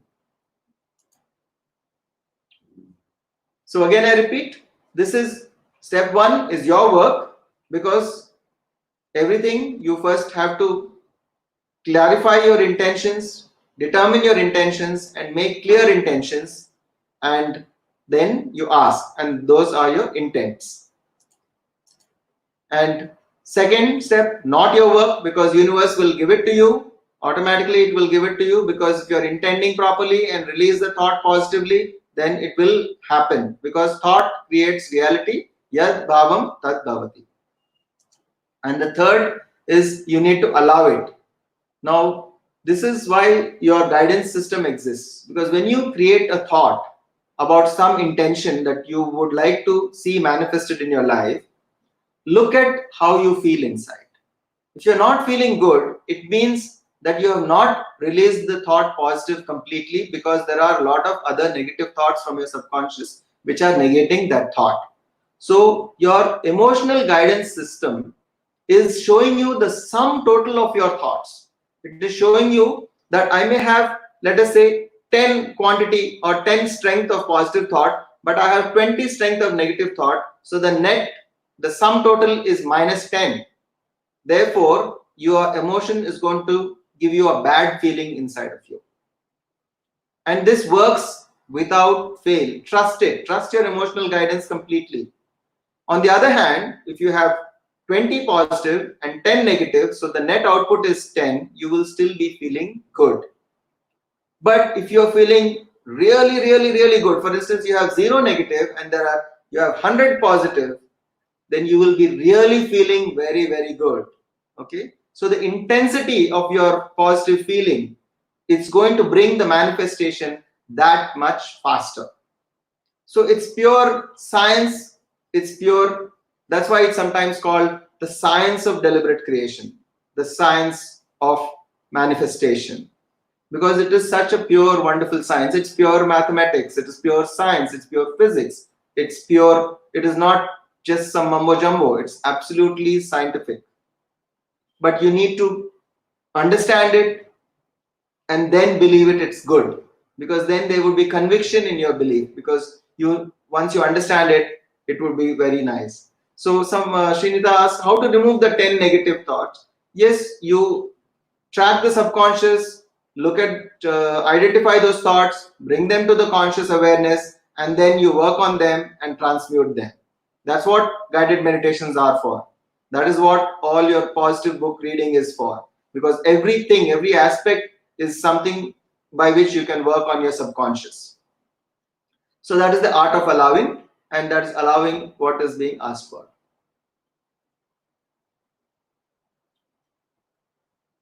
Yes. Thank you, Geeta, about the intending of higher feelings like growth, harmony, joy. That's how that is the thing, because there is less negativity around it, but at the same time, there is one danger here, I would say, because sometimes we feel that yes, I'm in all that positive state and I'm thinking all the great things, I'm feeling joy, freedom, growth, harmony, and all these things. But let us say you have not worked on it, then your body will still tell you that there is discomfort. Your emotions will still not feel good. Don't ignore them. Don't let your mind lead you into a feeling that yes, everything is feeling good and I'm feeling good. Okay, you need to be very sensitive to what your body is feeling, and you need to be very sensitive to how your emotions are feeling from inside. So completely be honest about it. And if there is, it means that there is still negative thoughts inside and limiting thoughts inside. So then work on them and transform them, and then come to that feeling where there is complete harmony between your body and mind and your emotions. Everything should feel the same positivity, because these are your wonderful friends and they will never lie to you. Your body will never lie to you and your emotions will never lie to you. Your mind is always tricky, so don't go with the mind. Just go with your body and go with your emotions. And the third is, of course, like I said, the art of allowing, and you need to allow what is coming to you. And I'm coming back to that same example of the restaurant where you ordered, and if the chef sends the your order to you, and at that time you're not at the table, you got impatient and you said it's taking too much time, and you went home. Then what happens? That means you have not been a good allower. So you must become a good allower also. So you should become good at intending, and you should also become good at allowing. And the middle step 2 is not your work at all. It's the work of the divine, it's the work of the universe to do it for you. Okay, so steps 1 and 2 together are called the science of creation, and step 3 is the art of allowing.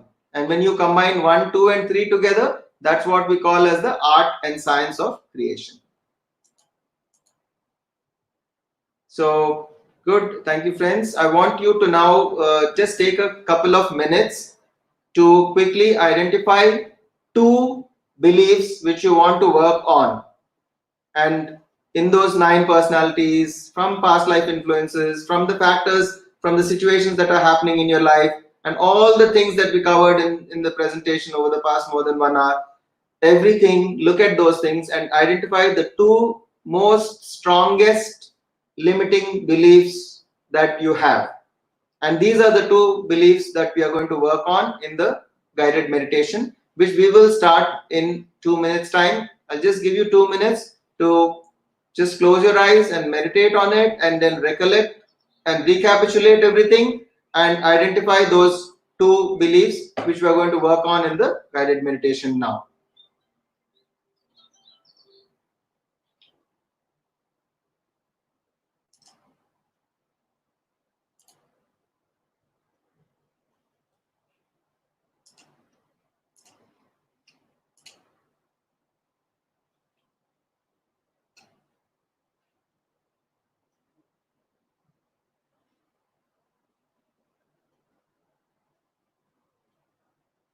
Just take 2 minutes.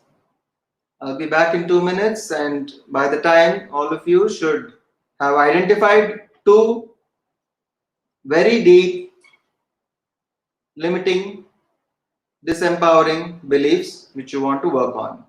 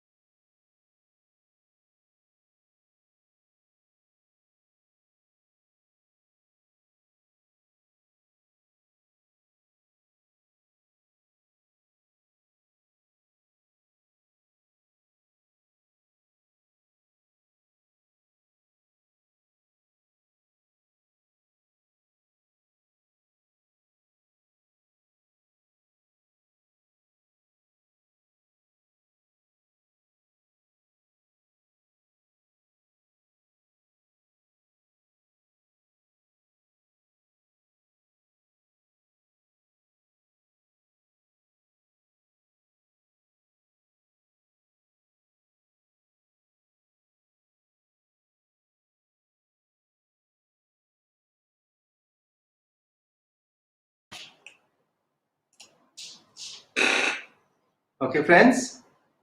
So I hope you're all ready to begin this meditation and that you have identified two deep beliefs, very deep beliefs which you want to work on during this guided meditation. So just close your eyes, clasp your hands, interlock your fingers. If you're sitting in a chair, cross your feet at the ankles. Or if you're sitting on the floor, then sit cross-legged on the floor.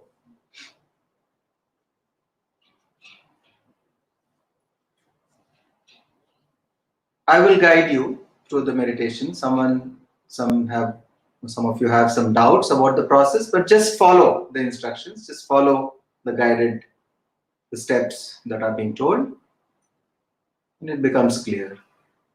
And just observe your breath. No other thoughts, no visualizations, no thinking of any imagery, just your breath. Just take a few deep, relaxed breaths and settle down into a nice, easy breathing rhythm and just follow your breath. Just follow your natural, easy breath. There's no need to breathe more deeply, or there is no need to breathe rapidly or take shallow breaths. Just your natural, easy, effortless, and simple breath that you have. Just notice how this breath is coming in and how it's going out. Going in and out, in and out. And every time you breathe out all the stress, all the strain, all the tensions, all the anxiety. And every time you breathe in this calmness, this peace, the relaxation, the wonderful joy, and this wonderful cosmic energy. Become aware of the beautiful energy that comes along with the breath. When you're breathing, it's not just air that you breathe. You breathe in wonderful cosmic energy. With every breath, you're breathing in this wonderful cosmic energy. At this point of time, you have nothing to do, nowhere to go. Your only intention in this meditation is to work on these beliefs which you have already identified. These limiting beliefs which have been affecting you, which have been creating situations in your life which are undesirable, which you don't want, which you don't like, which you're not enjoying. We're going to work on these. That's the basic intention, the core intention of this meditation. So let that intent be very clear. Just as we need to intend everything, let us intend to have a very powerful meditation, a very deep meditation. Let us intend to have openness. Let us intend that our subconscious opens to us.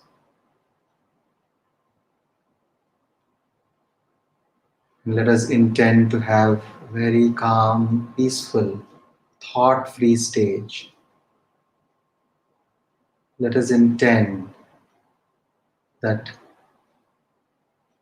the left brain completely relaxes during this entire meditation so that doesn't interfere with the process. Let us intend the mind to be absolutely calm, allowing the subconscious to open up and show us our own soul wisdom and deeper understanding.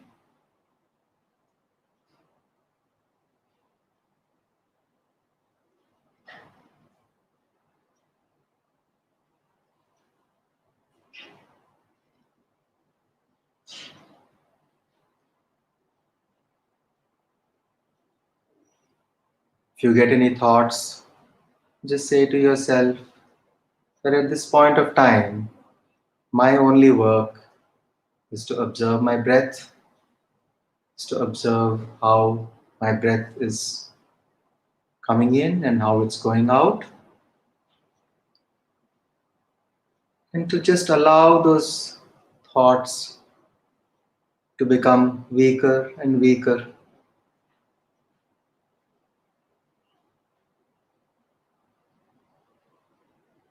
and just going off into a distance until you can no longer hear them.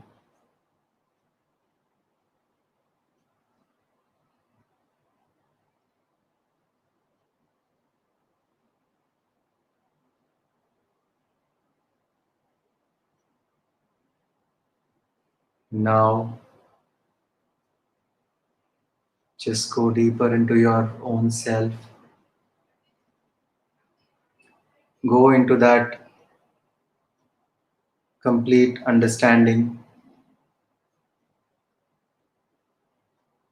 that you are beyond this body, beyond this mind, beyond the thoughts.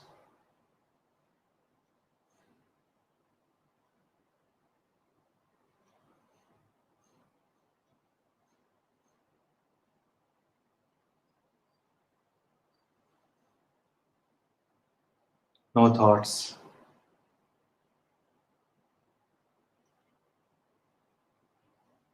It's as if you've left all your thoughts far behind, that you're journeying deeper and deeper into your own self. Everything else has been left way behind. It's just you and your own awareness.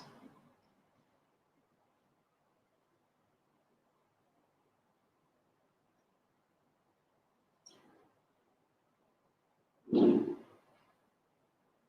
as you're going into this deeper and deeper journey,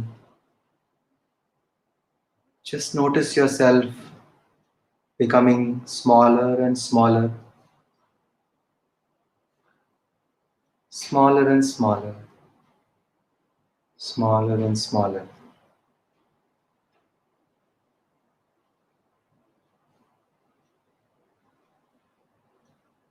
You've now become a tiny speck of consciousness,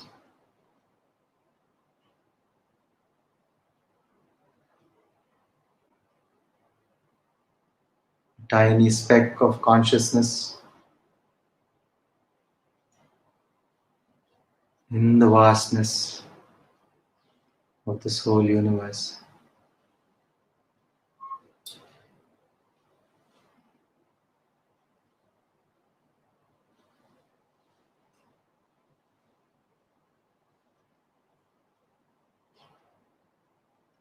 Just notice this consciousness traveling deeper and deeper into yourself.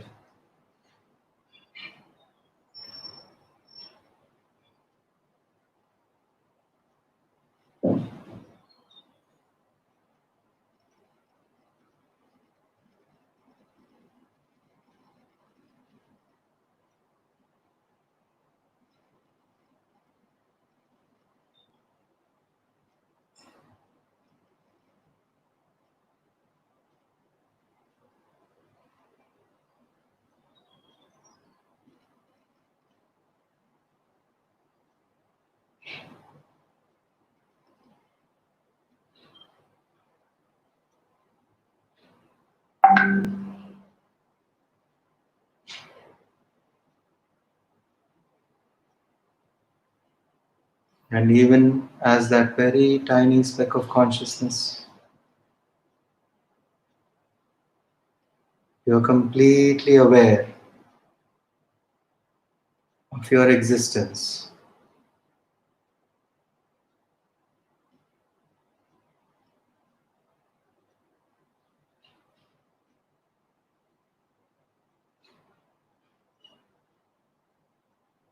Your awareness is surrounded by this entire universe. Every aspect of this universe is aware of itself. And you, as that very tiny speck of consciousness, completely aware of yourself.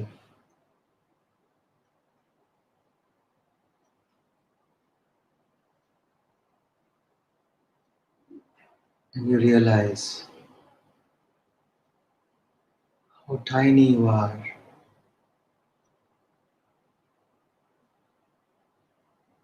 how so small compared to the whole vastness of the cosmos.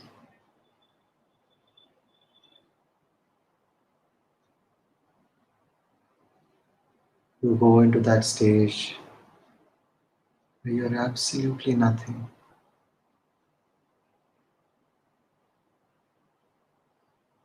You have no identity beyond your awareness, your own awareness of your existence. That's all.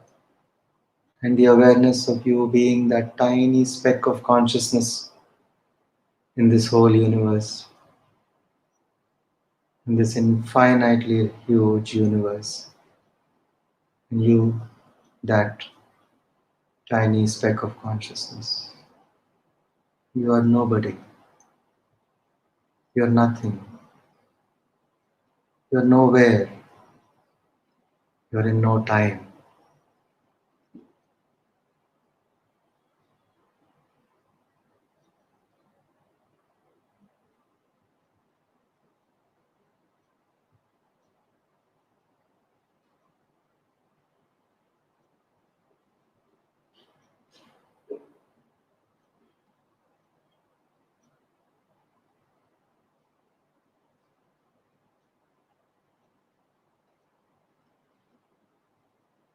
You're nobody. Nowhere. In no time. You're nothing. Just be aware of this nothingness, this experience of nothingness, this experience of yourself as nothingness.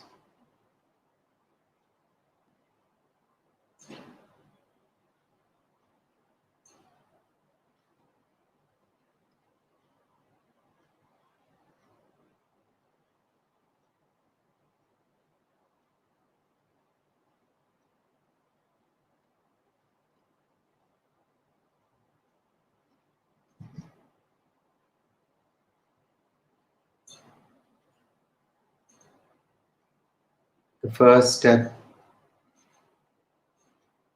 to removing all negativity and limitations is to go into that empty stage, that experience of nothingness. The longer you stay in that emptiness, the faster you draw everything that you want into your life.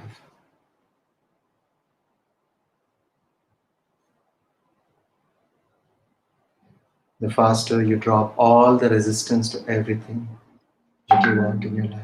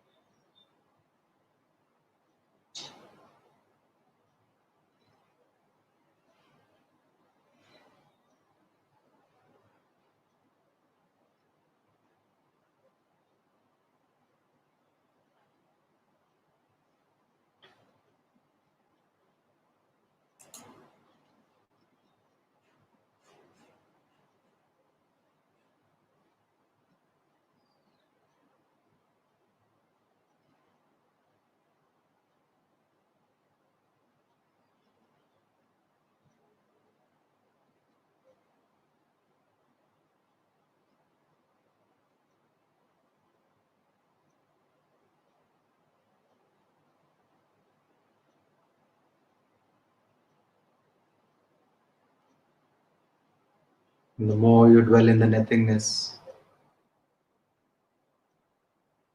the more you begin to manifest what you really want.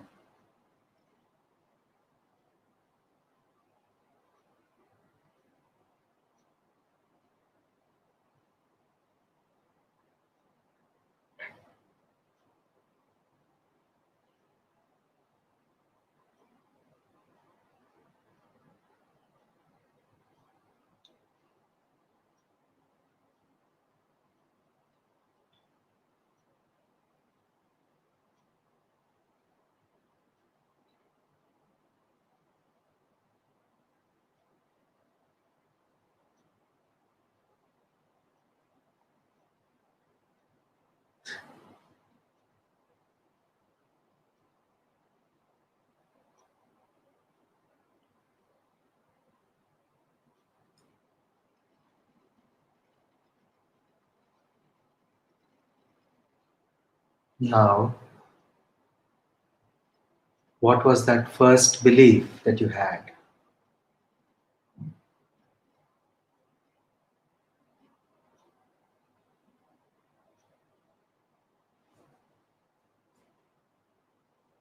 Think about it. First and foremost, understand that it is only your belief, it is not the truth.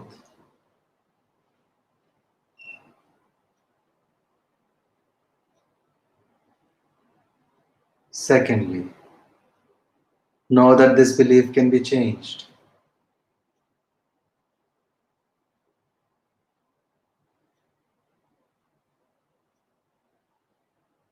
Now consider, what would you be without that belief?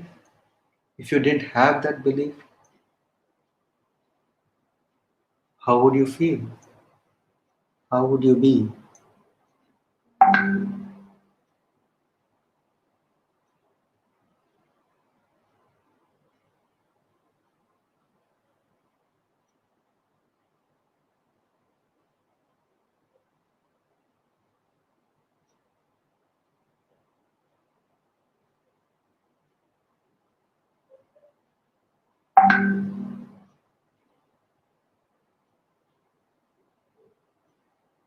Just bless that belief for whatever role it has played in your life,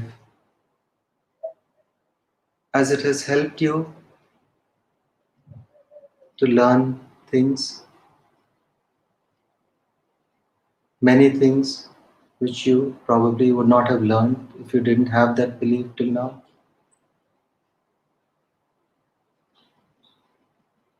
And understand, accept that it is now time for you to let it go with grace, with gratitude, thanking it for whatever role it has played in your life, in helping you in your learning and evolution.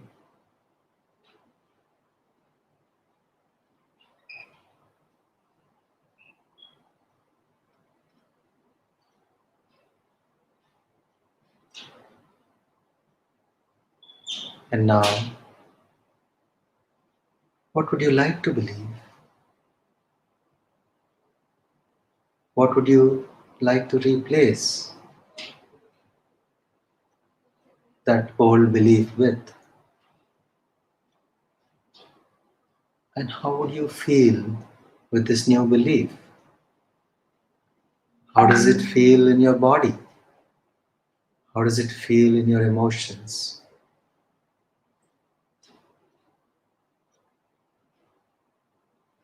I want you to feel such a wonderful feeling, something that you have never felt till now, something that is way beyond anything that you ever felt. And also, it should be with such an emotional intensity and with such a wonderful feeling in the whole body.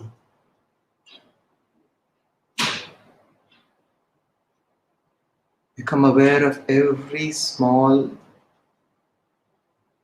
good feeling in the body and allow it to expand, allow it to amplify until your whole body has this wonderful feeling. Become aware of every tiny positive emotion that you feel right now and allow it to amplify to such a level of intensity that this combination of feeling in the body and this combination of feeling of the emotions, let it be remembered throughout your life. It should be such that you can never forget. Remember some of those wonderful instances in life, things, the wonderful positive situations which you remember even till this day. Let this be 1,000 times greater intensity than all those positive situations put together. Just visualize how powerful, how powerfully positive it feels in the body and emotions to have something which is of an intensity 1,000 times more than all the positive situations in your life put together that you can remember. Let this intensity be so much that you can be sure that any time in your life in future, if you want to remember this, you can remember it.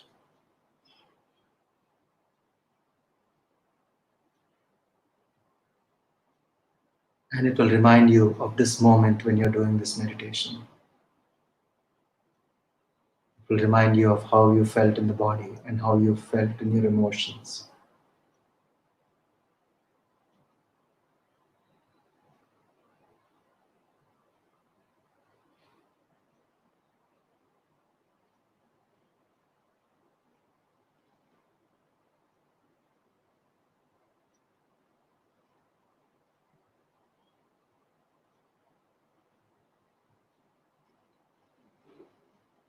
And now, just visualize how would your life be with this new belief? What would be happening in the future? Just visualize all those wonderful things that are happening in your life because of this new belief.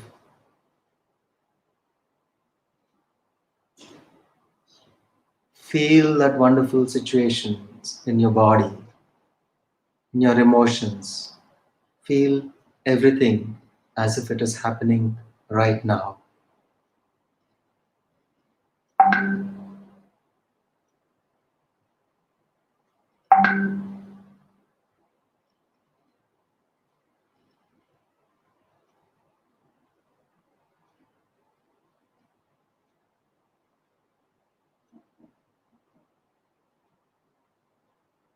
And now see how your body responds to this future. See how your emotions respond to this future. And once again, remember this feeling.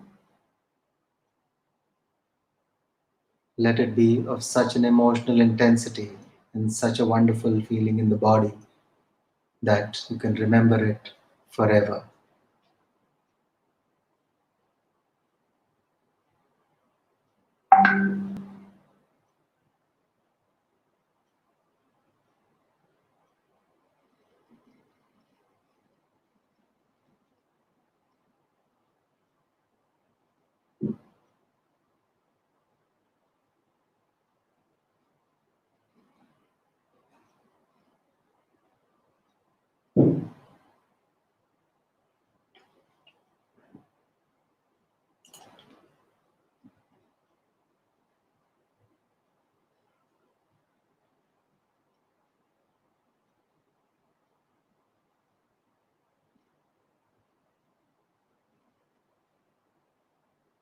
And now, just look at that second belief that you had, the second limiting belief.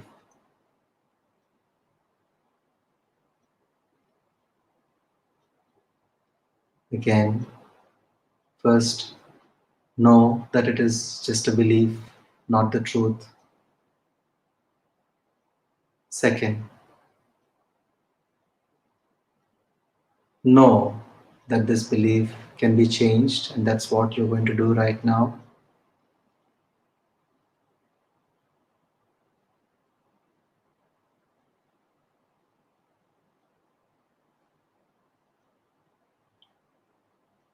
Now think of how you feel if you didn't have the belief. How would you feel?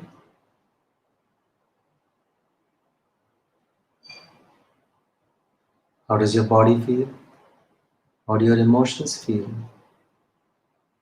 without the belief? Amplify the positivity in the emotions and amplify that good feeling in your body. So, the more you think about it, and with every breath that you take, this positive feeling, this positive emotion, and the positive feelings and sensations in your body should become stronger and stronger, more and more intense.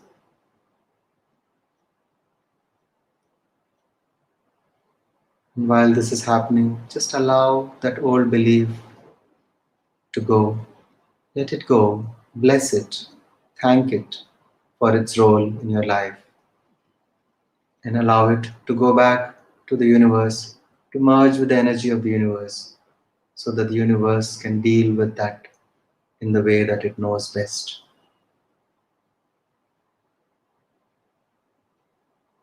And come back to the amplification of this new belief, the positive belief that you had, which has replaced that earlier belief which you let go. And allow it to intensify more and more, more and more. Just allow that intensification to happen. And now let it reach to such a level of emotional intensity and intensity of physical sensations that it is 1,000 times greater than the sum total of all the positive situations that you have ever experienced in life. It should be such that you can remember this positive feeling throughout your life at any point of time in life.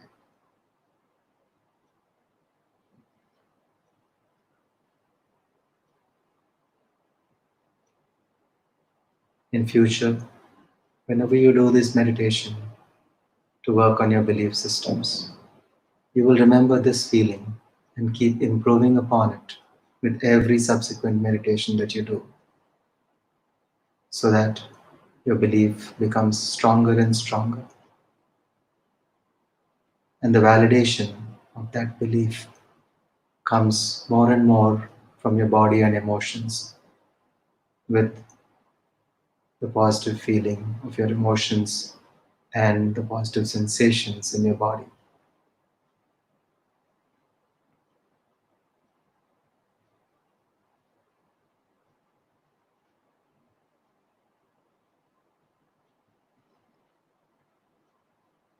And now look at how your future would be with this new belief.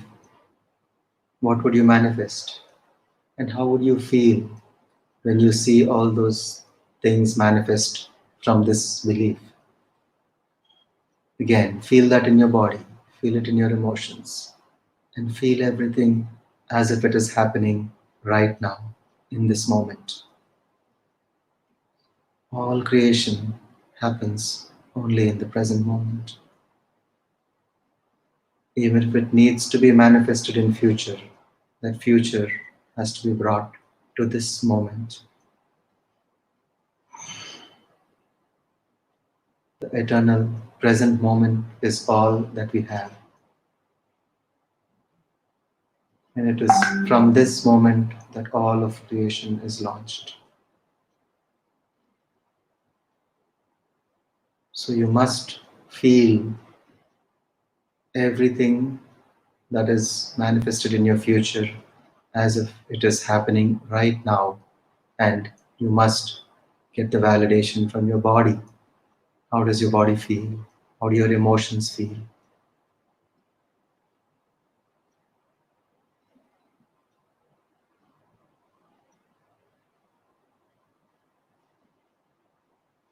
And it is okay to even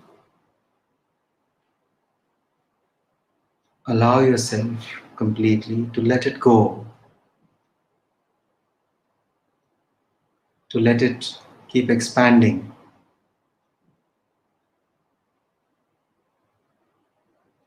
till it keeps becoming bigger and bigger.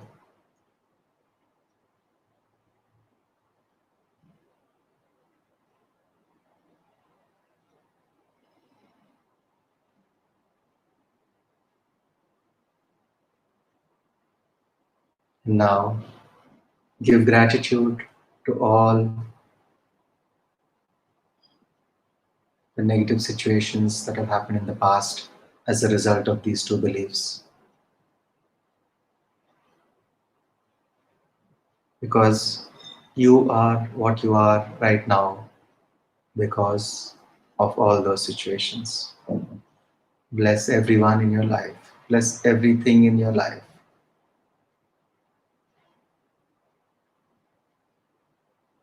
and bless all the difficulties and challenges that you faced in life because they are responsible for launching you into greatness.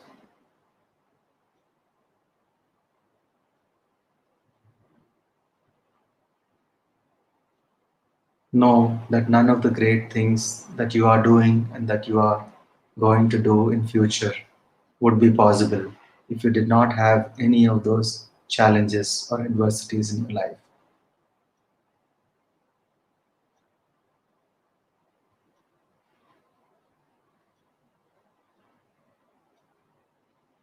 So be deeply grateful for everything.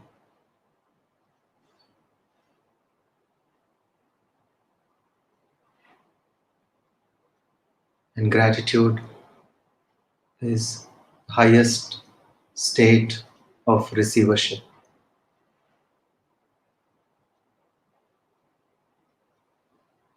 Love, joy, gratitude, appreciation. These are the foremost states that we must always strive to maintain with awareness. And whenever we find our thoughts slipping into anything less than this, we must bring ourselves back to feel all the love, to feel all the joy, to feel all the gratitude, to feel all the appreciation. And it is from that state where the highest degree of positivity can be maintained in your thoughts. And from that, you will be able to manifest everything that you really wished to manifest in your life.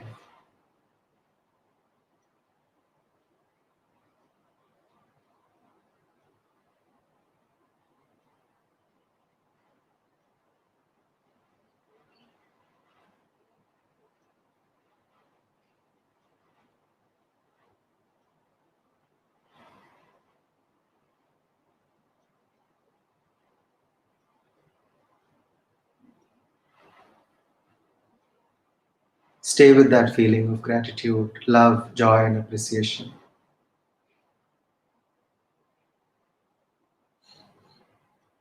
Every time you breathe in, just notice that becoming bigger and bigger, 1,000 times, 1,000,000 times, 1,000,000,000 times more gratitude, 1,000,000,000 times more appreciation, 1,000,000,000 times more love, 1,000,000,000 times more joy.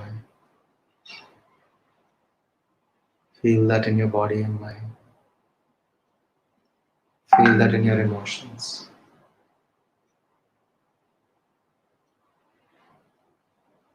And now you can slowly start returning back, coming back into your present moment awareness, into your full awareness of your body, emotions, and mind in the here and now, into your present life situation.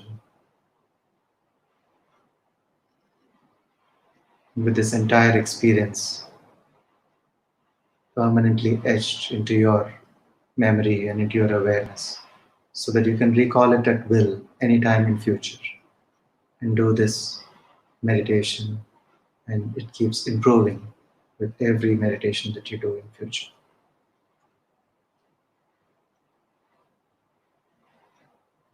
Last 1 minute.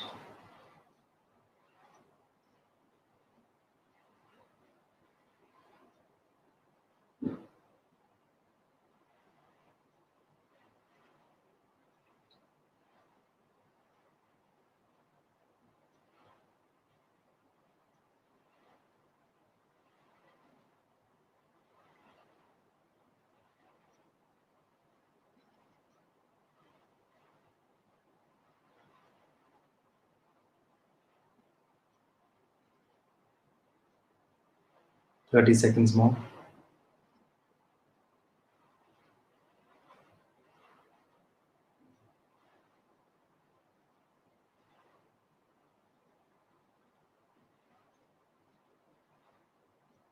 10 seconds.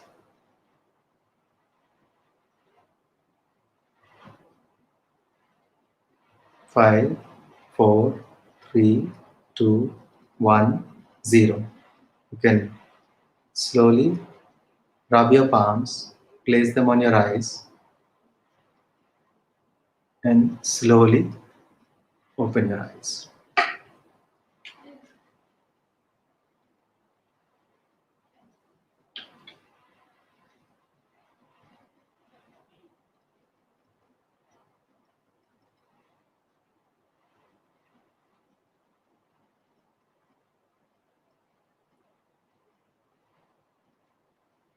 Welcome back, friends.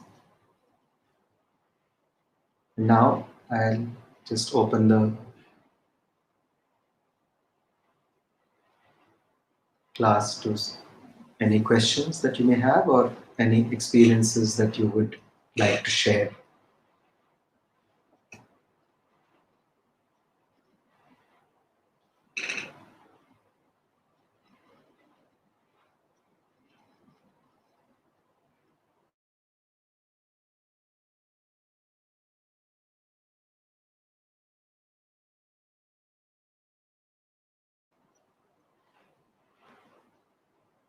Just share some of the comments that have been coming.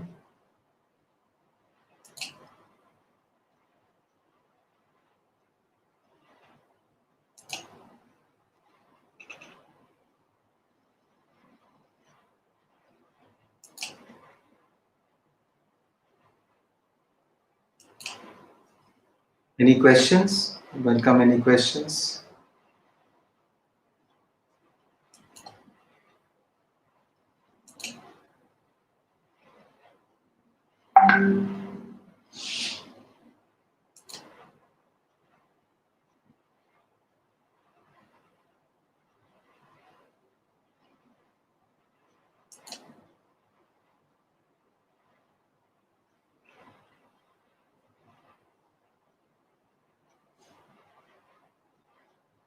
Yes, this will be available not only in FB in our Life Foundation page, but it will also be available in on YouTube, and we have a specific YouTube channel for all our English videos, and that's called Life QLU Global English. It's called QLU Global English.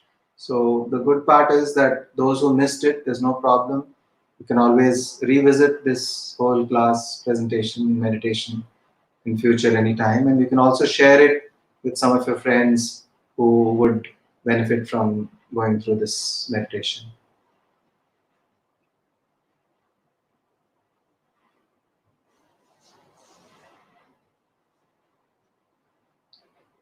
Thank you, friends. Thank you for all the nice comment. But I would also like some any questions where you still have any doubts about either the presentation or the meditation process or anything else.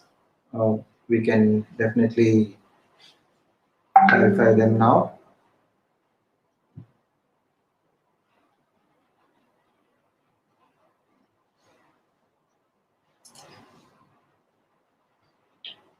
So, uh, I would like to talk to you about two of the programs that we have at. I would also want to show a presentation, but then now it's a bit late. So I'll just talk to you about two amazing programs at Quantum Life University. One of them is called the Soul Coach Transformation Program. So for those of you who have already heard of it, it's fine. It may be like a repetition, but it's there are a lot of friends who have joined us for the first time, and it's called Soul Coach Transformation Program. It is a wonderful transformational program which has more than 100 topics of spiritual science. More than 100 topics, starting with meditation, which is like the very foundation of spiritual science theory and practice. And every topic would have theory, practical sessions, and interaction, question answers, and and a lot of sharing. So more than 100 topics. And just to give you some examples of the topics that are covered, we have meditation, we have reincarnation, law of karma, past life regression, kundalini energies, chakras, aura, dreams, astral travel, inner child work, breath work, so many like that, over 100 topics of spiritual science. And it's a very, very powerful program for transformation, because most of us are still in the phase where we consider ourselves as just bodies. We don't know much about our spiritual aspect of our own existence. And this Soul Coach Transformation Program is a very, very essential foundation for spiritual science education. It makes you completely aware that you are not just this physical body, but you are spiritual beings having a human experience.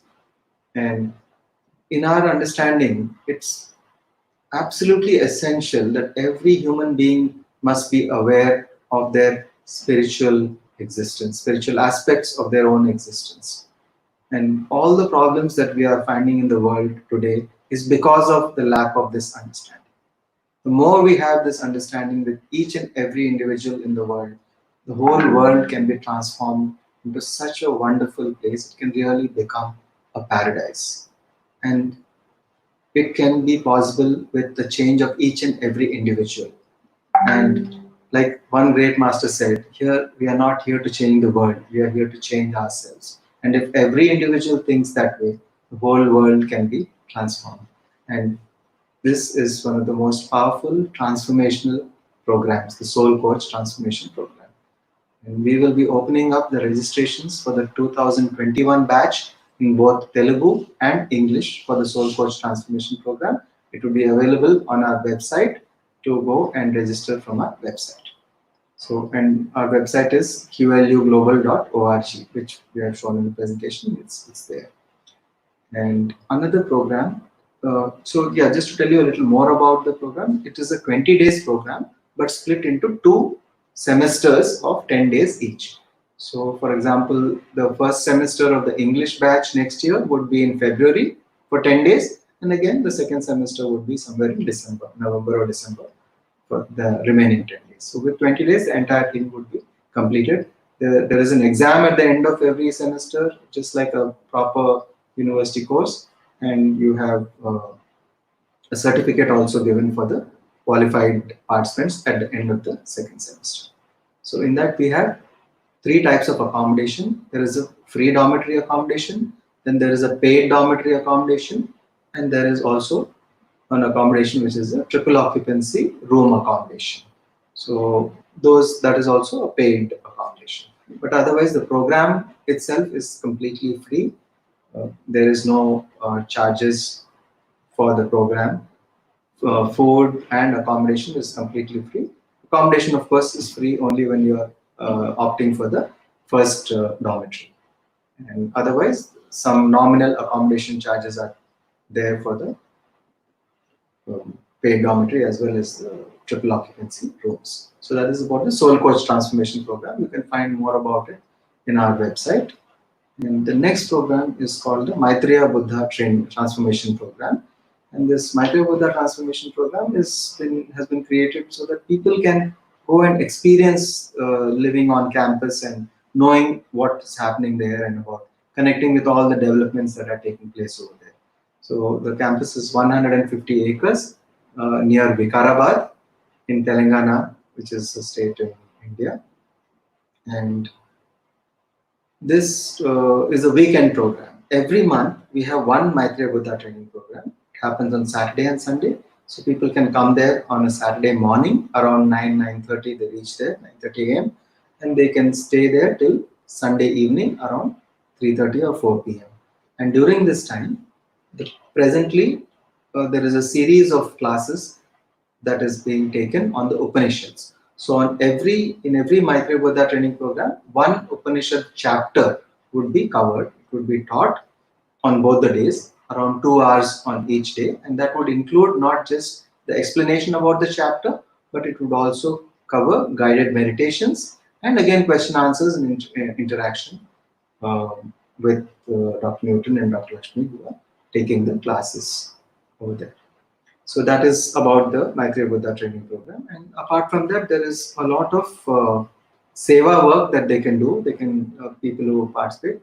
There's specific timings in the mornings where they can involve in the activities like the tree plantation and the maintenance of the campus, taking part in the kitchen, taking part in the goshala, helping out with the cows, and so many other activities which are taken up, the seva activities. So it's a wonderful experience, and we can really call it experience QLU weekend in a way. But it's also a very powerfully transformative program. So thank you, friends. Thank you all for being here, and let's see. Um, Stay tuned to our YouTube channel. Please share this with all your friends and contacts because we would like to see more and more people connecting to this inner wisdom series of transformational classes and presentations and meditations, and help everyone to really sort out their issues in the with the right approach and with the right guidance. So thank you, friends. Thank you all for having joined. And gives me great pleasure to see you all connecting regularly to these classes. Thank you very much. Namaste.